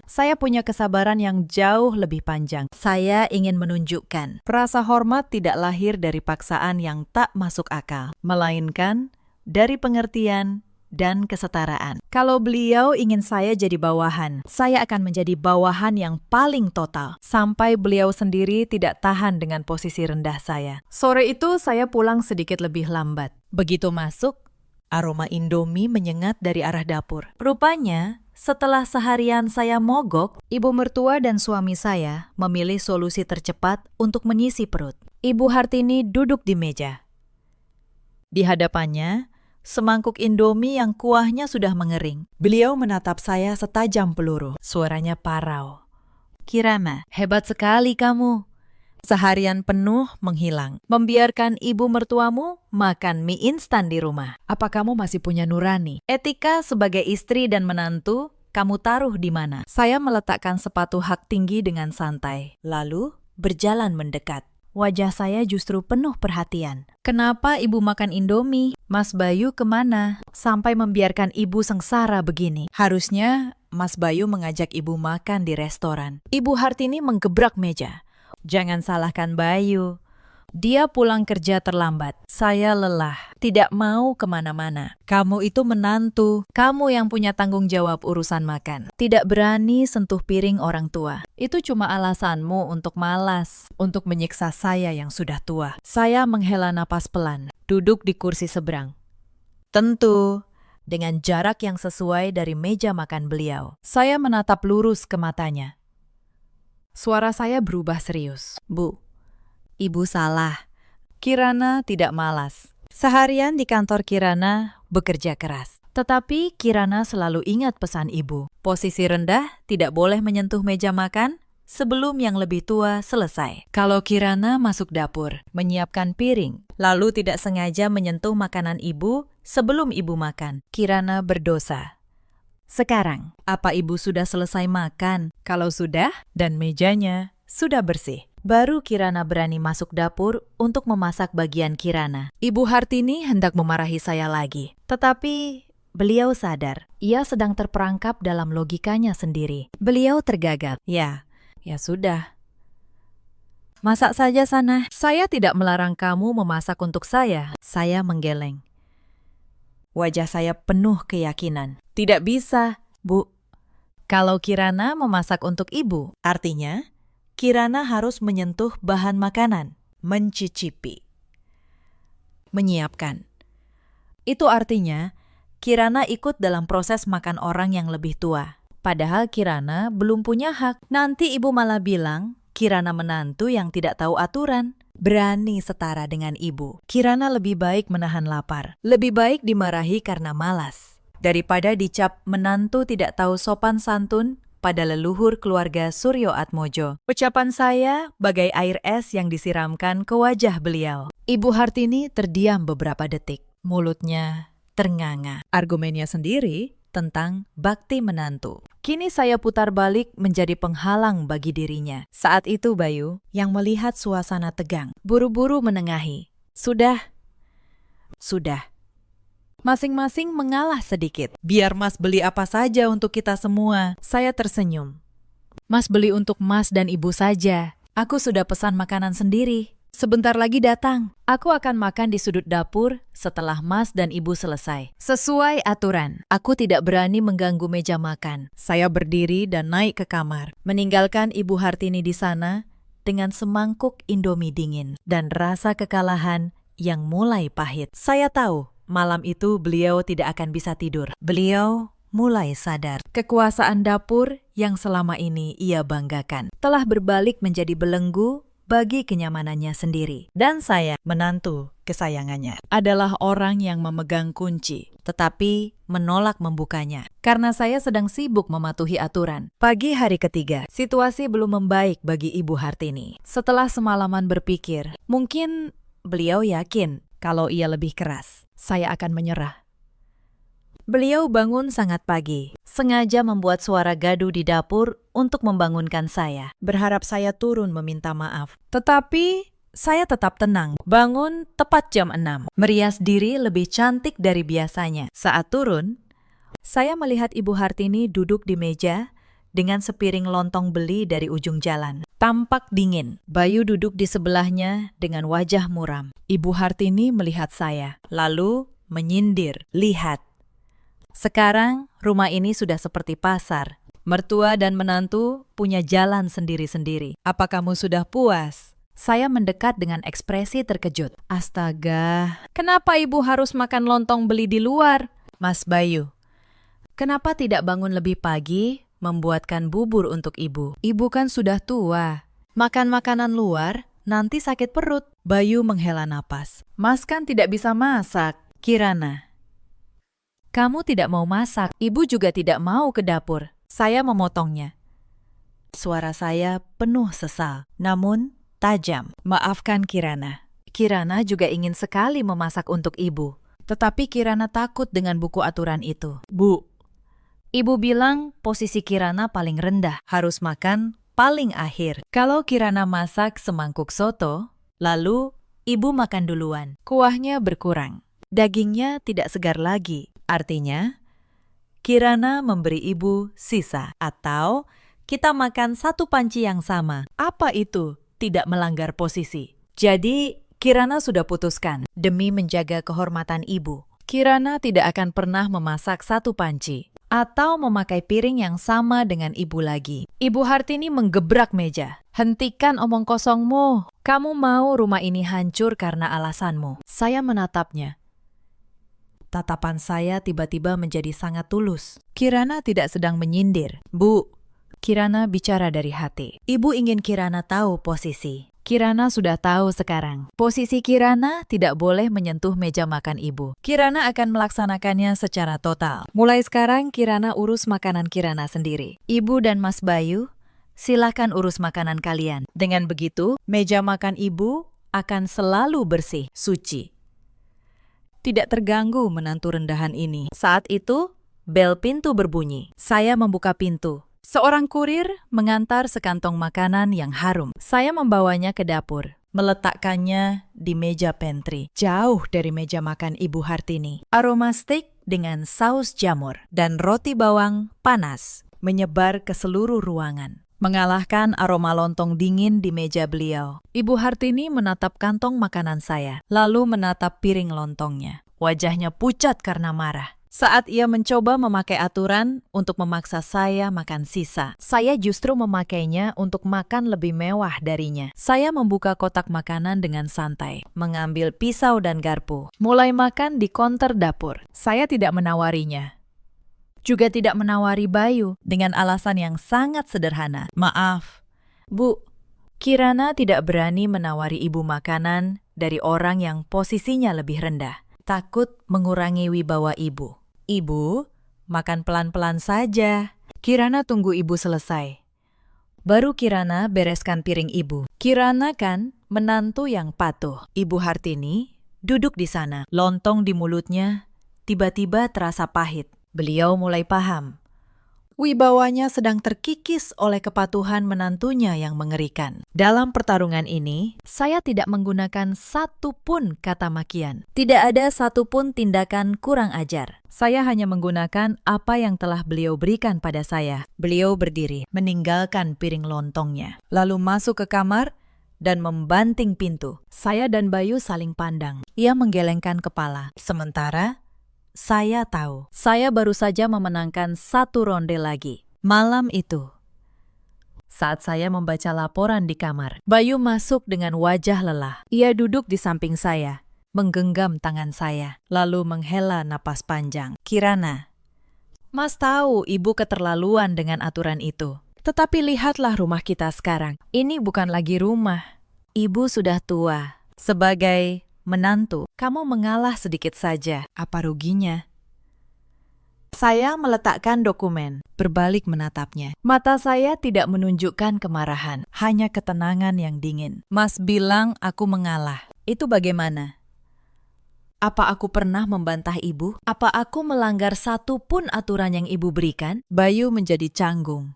Memang benar, kamu mengikuti aturan ibu, tetapi kamu melakukannya secara ekstrim. Ibu bilang makan belakangan, tetapi tidak bilang, kamu tidak boleh memasak untuk semua. Kamu masak saja seperti biasa, lalu tunggu ibu selesai, baru kamu makan. Dengan begitu, suasana tetap damai. Saya tersenyum tipis. Senyum yang penuh kecewa pada pria yang saya pilih sebagai suami. Mas Bayu, bicaramu terdengar mudah sekali. Kalau aku memasak, aku harus mencicipi bumbu, menyiapkan. Nanti ibu akan bilang, aku menantu yang tidak tahu diri. Berani menyentuh makanan sebelum selesai. Apa Mas tidak mengerti? Ibu tidak benar-benar ingin aku memasak. Ibu ingin aku tunduk dan menerima status rendah di rumah ini. Aku melakukan persis seperti yang ibu mau, supaya ibu lihat sendiri betapa tidak masuk akalnya aturan itu. Jangan suruh aku mengalah. Karena aku tidak melakukan kesalahan apapun. Bayu mulai kehilangan kesabaran. Tetapi lihat ibu, dia harus makan Indomie, makan makanan warung, sampai maknya kambuh. Kamu manajer, bisa mengatur ratusan orang. Kenapa di rumah tidak bisa sedikit fleksibel demi kedamaian? Aku lelah terjepit di antara kalian. Saya berdiri, mendekat, merapikan kerah kemejanya. Suara saya tetap lembut, namun tegas. Masalahnya, Mas tidak berani menghadapi kenyataan. Kenyataannya, ibumu sedang memakai aturan usang untuk menyiksa menantunya. Dan Mas ingin istrimu menerima siksaan itu, supaya Mas bisa hidup tenang. Aku menikahimu karena aku mencintaimu. Tetapi aku datang ke sini bukan untuk menjadi budak dari pemikiran abad lalu. Kalau Mas kasihan pada ibu, kenapa Mas tidak turun tangan memasak untuknya? Atau Mas juga berpikir urusan dapur hanya untuk perempuan, dan perempuan berposisi rendah harus menerima perlakuan tidak adil. Bayu bungkam. Ia menatap saya seolah melihat orang asing. Mungkin ia tidak pernah menyangka. Gadis yang tampak lembut seperti saya punya argumen yang begitu tajam. Ia tidak bisa membantah, karena setiap kata saya didasarkan pada aturan yang ditulis sendiri oleh ibunya. Ia menyerah. Berbalik. Keluar dari kamar, melihat punggungnya yang lesu, hati saya sedikit perih. Tetapi saya tahu, saya tidak boleh lengah.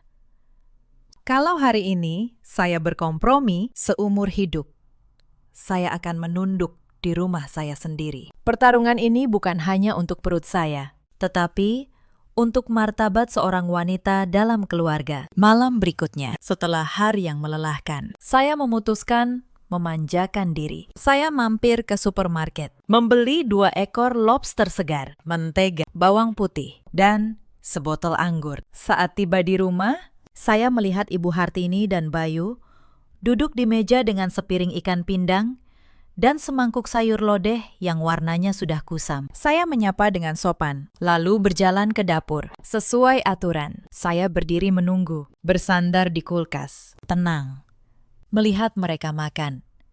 Ibu Hartini sesekali melirik saya, sengaja mengambil ikan, lalu berkata keras, "Ikan asin begini baru nikmat, tidak seperti makanan barat yang bikin gemuk." Saya hanya tersenyum. Setelah mereka selesai, dan Ibu Hartini meninggalkan meja untuk menyalakan TV di ruang tamu, baru saya mulai. Saya tidak memakai peralatan rumah. Saya memakai set pribadi yang sudah saya siapkan. Aroma bawang putih dan mentega yang ditumis segera menyebar, merayap hingga ke ruang tamu. Aroma lobster sos mentega yang mewah, saya mendengar suara TV mengecil. Lalu, langkah Ibu Hartini. Saya menata lobster yang merah merona di atas piring di meja pantry. Saya tidak duduk di meja makan utama. Saya makan sambil berdiri di konter dapur. Setiap suapan daging lobster yang kenyal, berpadu gurihnya mentega, membuat saya merasa luar biasa. Ibu Hartini tidak tahan lagi. Beliau masuk ke dapur, berdiri dengan tangan di pinggang. "Kirana, makan apa kamu itu? Beli makanan mahal? lalu dimakan sendirian. Apa kamu tidak punya malu? Ada mertua dan suami di rumah. Tidak ditawari sama sekali. Saya meletakkan garpu, menyeka mulut dengan serbet, lalu menatapnya dengan wajah paling polos. Permisi. Bu, bukankah ibu yang mengajari saya? Posisi rendah, tidak boleh menyentuh makanan, dan tidak boleh makan satu meja. Makanan saya ini dari posisi yang lebih rendah lagi. Mana berani saya menawarkannya untuk ibu. Ibu pantasnya makan ikan pindang yang sederhana, sesuai martabat orang dulu. Kalau saya tawari makanan berlemak ini, nanti ibu sakit perut atau darah tinggi. Saya yang berdosa. Saya begini justru untuk menjaga kehormatan dan kesehatan ibu. Mata Ibu Hartini terpaku pada sisa setengah lobster di piring saya. Beliau yang suka makan enak, kini terhalang oleh gengsi dan aturannya sendiri. Beliau menunjuk saya. Suaranya bergetar. Kamu pakai uang anakku untuk foya-foya sendiri. Saya menjawab dengan tenang. Maaf, Bu. Ini uang dari gaji saya sebagai manajer akuntansi. Sejak menikah, saya belum pernah meminta uang Mas Bayu sepeser pun. Karena saya makan terpisah sesuai aturan ibu, maka uang pun saya pisahkan. Agar ibu tidak khawatir saya menghamburkan uang keluarga. Saya makan bagian saya, ibu makan bagian ibu. Ibu Hartini berbalik dengan kesal, naik ke lantai atas. Langkahnya menghentak di tangga kayu. Saya melirik piring saya, lalu ke ruang tamu, tempat Bayu duduk terdiam. Makan malam yang lezat. Tetapi hati saya sedikit bergejolak. Saya tidak ingin hidup seperti ini selamanya. Tetapi, jika Ibu Hartini tidak mau berubah, saya masih harus makan mewah sendirian untuk waktu yang lama. Minggu pagi, saat matahari mulai menyinari jalanan Menteng, Ibu Hartini memutuskan melancarkan serangan total. Beliau memanggil saya dan Bayu ke ruang tamu. Di tangannya masih ada buku aturan yang usang. Wajahnya penuh amarah. Beliau membanting buku itu ke meja. Saya panggil kalian untuk bicara jelas. Kirana, kamu jadi menantu di sini baru seminggu, tetapi kelakuanmu sudah di luar batas. Kamu pakai alasan aturan untuk menyiksa mertua, untuk lari dari tanggung jawab. Sejak kamu datang, apa dapur ini pernah menyala? Kamu anggap rumah ini hotel. Pulang pergi, pesan makanan mewah untuk dirimu sendiri. Manusia macam apa kamu ini? Saya tetap menjaga sikap. Duduk tegak. Kedua tangan di pangkuan. Permisi, Bu.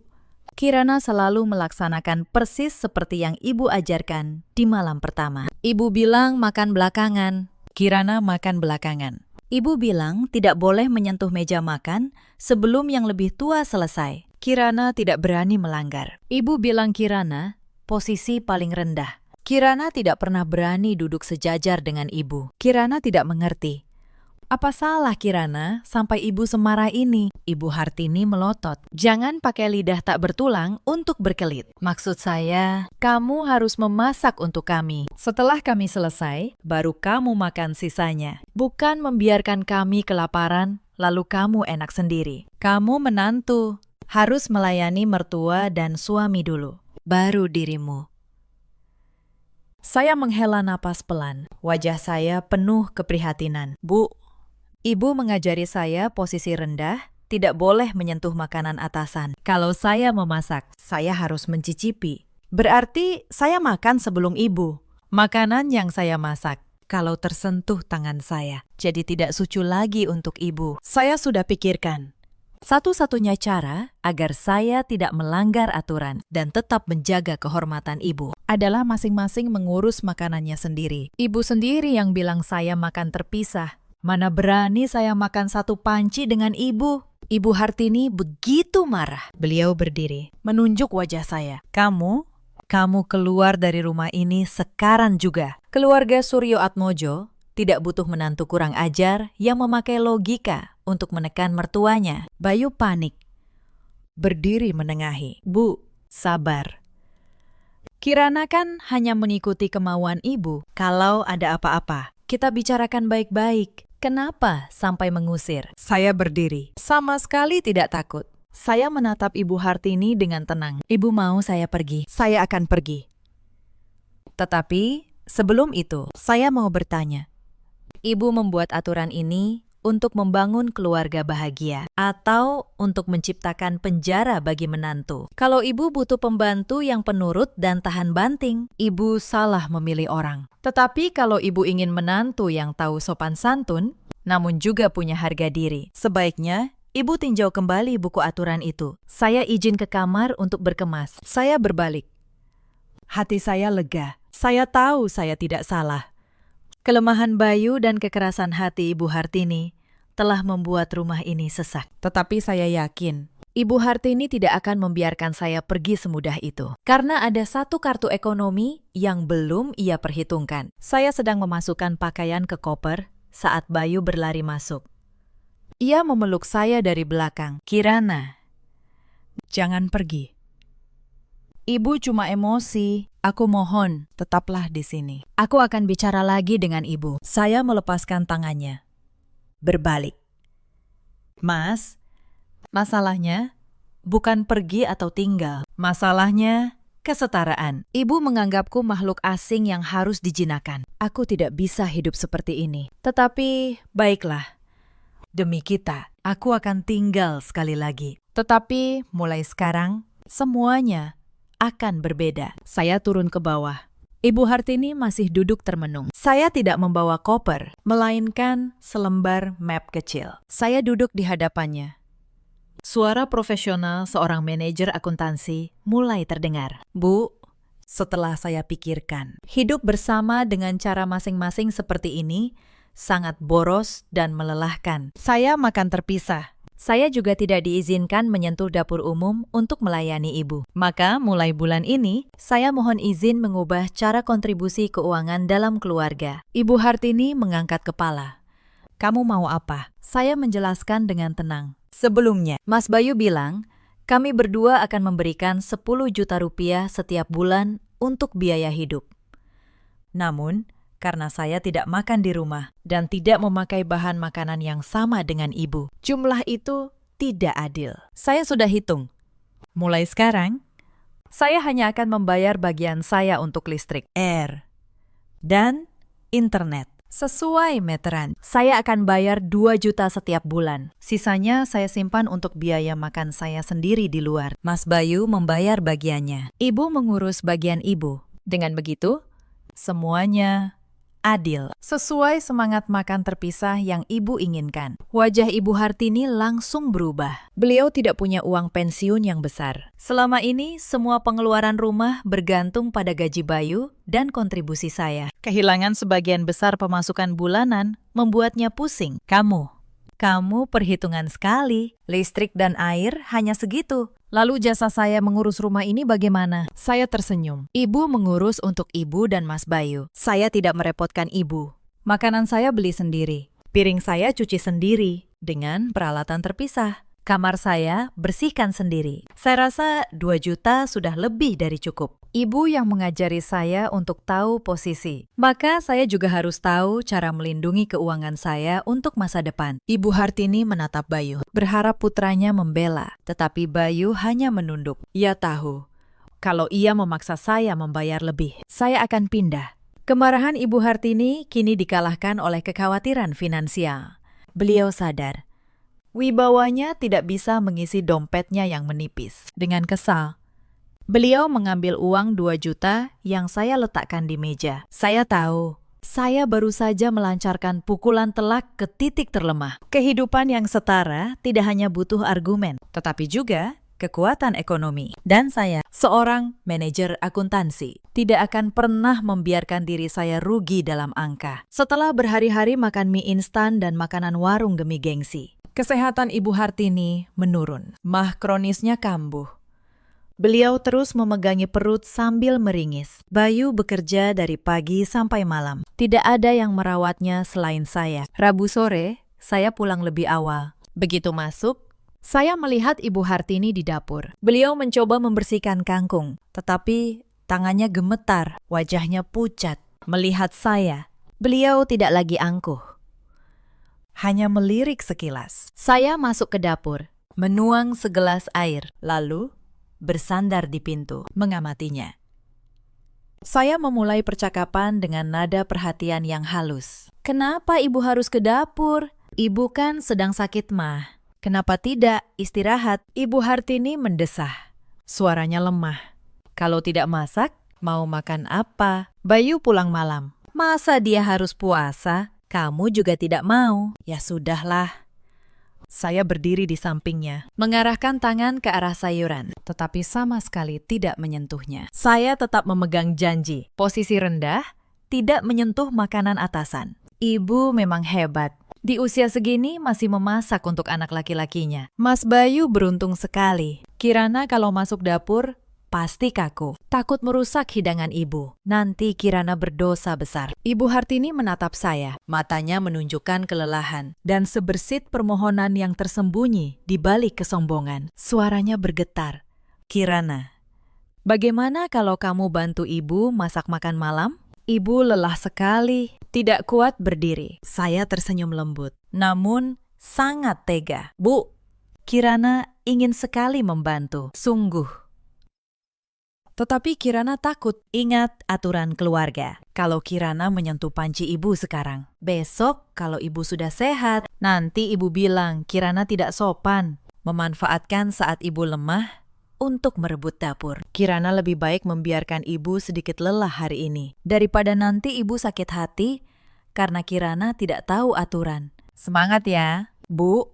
Sebentar lagi selesai. Saya naik ke kamar untuk mandi, meninggalkan Ibu Hartini sendiri di dapur yang dingin. Saya tahu saya kejam, tetapi kekejaman ini perlu agar beliau mengerti nilai sebuah bantuan. Selama ini beliau menganggap menantu di dapur sebagai kewajiban, sebagai anugerah darinya. Sekarang beliau harus sadar. Saat beliau merenggut kesetaraan, beliau juga merenggut haknya untuk dibantu. Malam itu, Bayu pulang. Mendapati ibunya terbaring lemas di sofa dan dapur berantakan. Ia berlari ke kamar mencari saya. Kirana, kamu lihat ibu sakit, tetapi tidak membantu. Kamu keterlaluan. Saya menjawab, tenang, aku sudah berdiri di samping ibu seharian untuk menyemangatinya. Mas, mau aku bantu bagaimana? Menyentuh barang ibu, lalu dimarahi karena tidak sopan. Aku sedang menjaga etika keluarga ini. Kalau Mas kasihan pada ibu, mulai besok, atur pekerjaanmu untuk pulang lebih awal dan masak untuknya. Jangan bebankan semuanya padaku saat ibumu sendiri yang melarangku menyentuh makanannya. Bayu bungkam. Ia sadar. Di keluarga ini, semua aturan kini berbalik menyiksa penciptanya. Sementara saya tetaplah menantu paling patuh di dunia. Karena saya menjalankan aturan keluarga tanpa meleset satupun.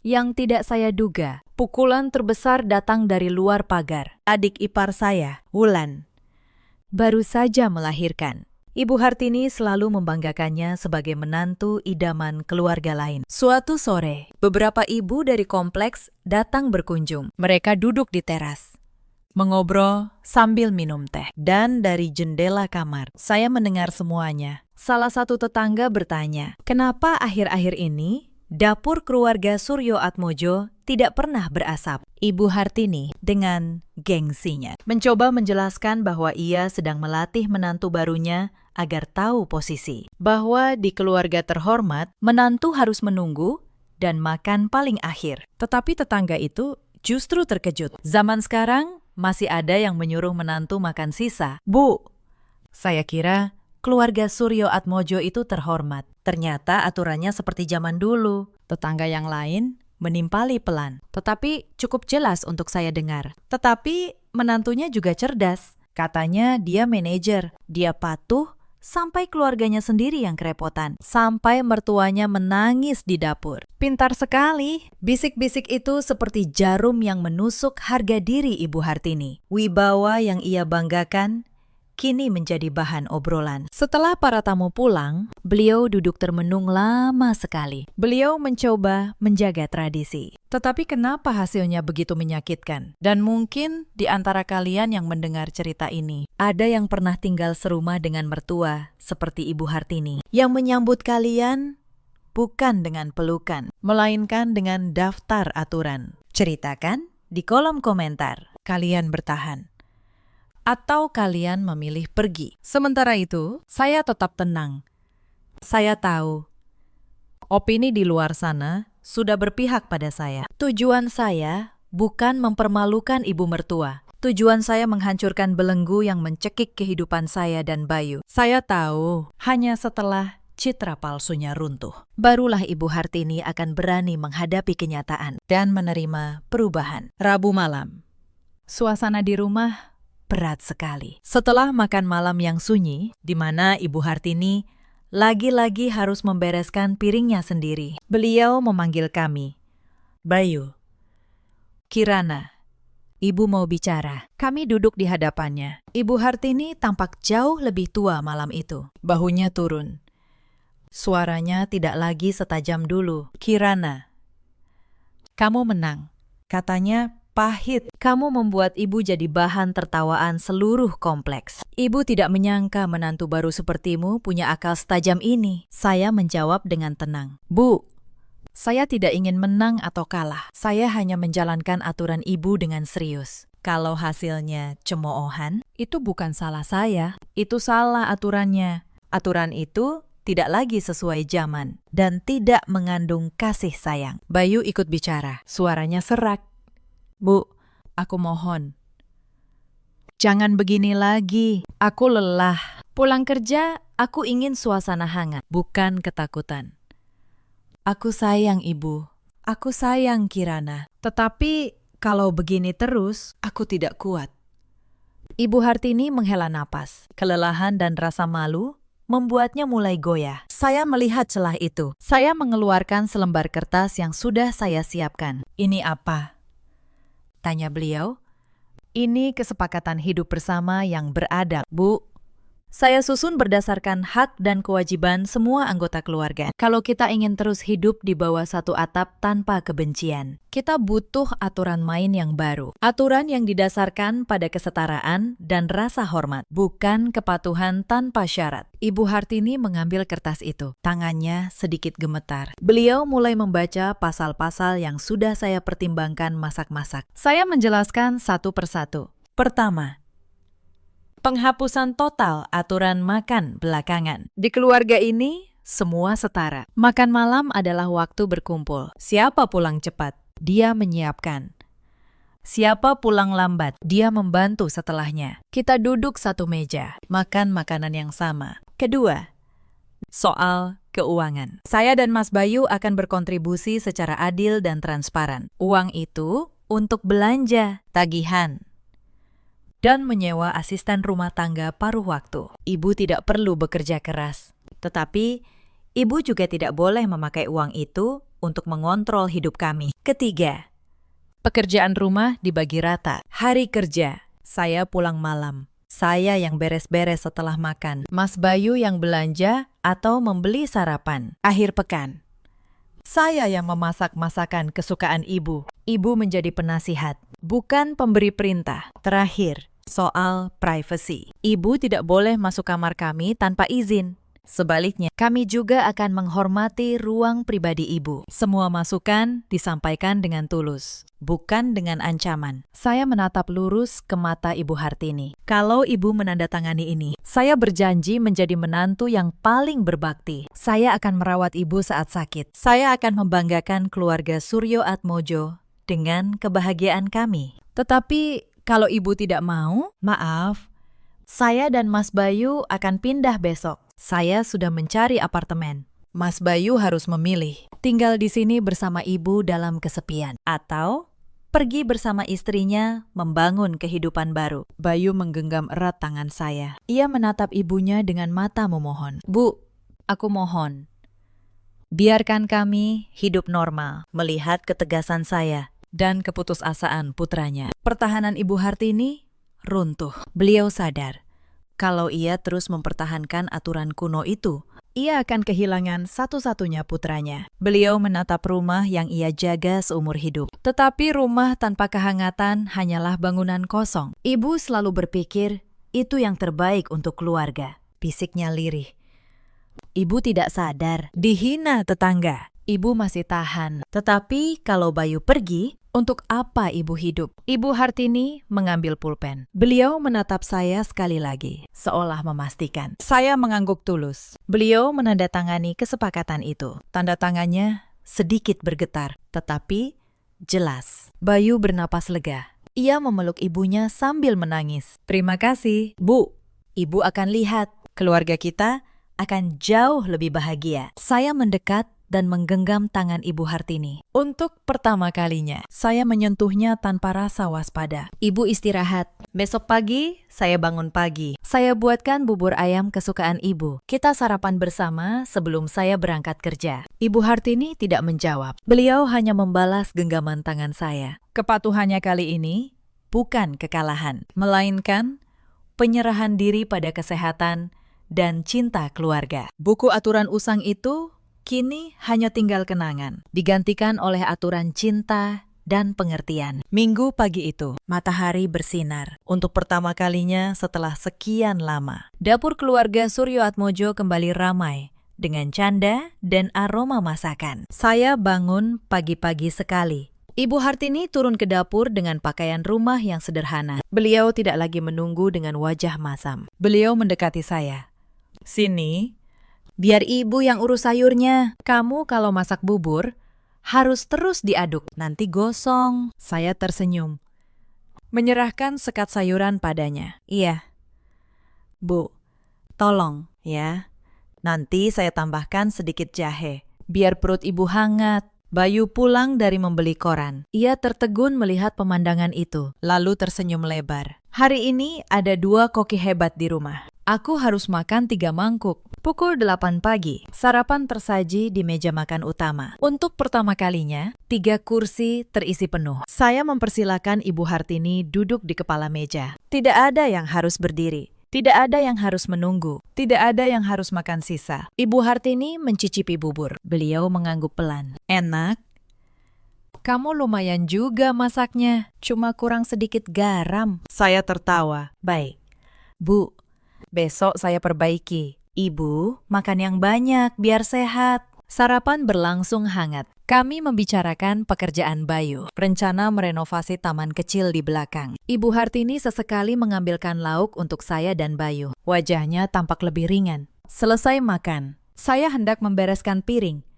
Tetapi Ibu Hartini mencegah. Sudah, biar ibu saja. Kamu sama Bayu jalan-jalan sana. Sudah lama kan kalian tidak punya waktu berdua? Saya dan Bayu saling pandang. Ia mengedipkan mata. Kami berjalan bergandengan tangan, merasakan udara pagi di setiap sudut jalan Menteng. Saya tahu, ke depan masih akan ada gesekan. Tetapi sekarang, kami punya fondasi yang kokoh. Kesetaraan dan cinta. Pertarungan saya tidak berakhir dengan hukuman, melainkan dengan rekonsiliasi. Saya memakai akal untuk melindungi diri. Tetapi pada akhirnya, saya memakai hati untuk mempertahankan keluarga. Rumah di Menteng itu kini bukan lagi sangkar dari aturan usang, melainkan rumah yang hangat, tempat setiap orang menemukan posisinya yang terhormat. Mungkin inilah neraca paling sukses yang pernah saya seimbangkan dalam hidup. Neraca antara harga diri dan kebahagiaan keluarga. Para pendengar yang budiman, cerita ini mengajarkan kita satu hal. Kehormatan dalam sebuah keluarga tidak pernah datang dari dogma dan aturan yang usang. Ia tumbuh dari saling pengertian dan dari keberanian untuk berhenti menerima yang salah. Ada banyak perempuan di luar sana yang seperti Kirana dulu. Pulang kerja dengan lelah, lalu disambut bukan oleh kehangatan, melainkan oleh daftar aturan yang menempatkan mereka di posisi paling rendah. Jangan diam, tetapi jangan pula melawan dengan amarah. Lawanlah dengan akal, dengan ketegasan, dan dengan harga diri yang utuh. Ada juga banyak suami seperti Bayu di luar sana. Pria baik hati, tetapi terlalu lemah untuk berdiri di antara ibu dan istrinya. Ketahuilah, diam bukanlah kedamaian. Diam hanya memindahkan beban kepada orang yang paling kalian cintai. Dan ada pula para ibu mertua seperti Hartini, yang mengira kuasa dan tradisi adalah cara mencintai. Padahal, saat kita memakai kekuasaan untuk memaksa, tanpa sadar, kita sedang membangun dinding dengan orang yang kita sayangi. Dalam hidup, kita selalu punya pilihan. Kita bisa memilih dinding Atau memilih meja makan tempat semua orang duduk setara. Meja makan hanya akan terasa nikmat ketika semua anggota keluarga bisa duduk bersama dan berbagi dengan tulus. Bagaimana dengan kalian? Pernahkah kalian menghadapi aturan keluarga yang tidak masuk akal? Ceritakan kisah kalian di kolom komentar. Terima kasih sudah menemani sampai akhir.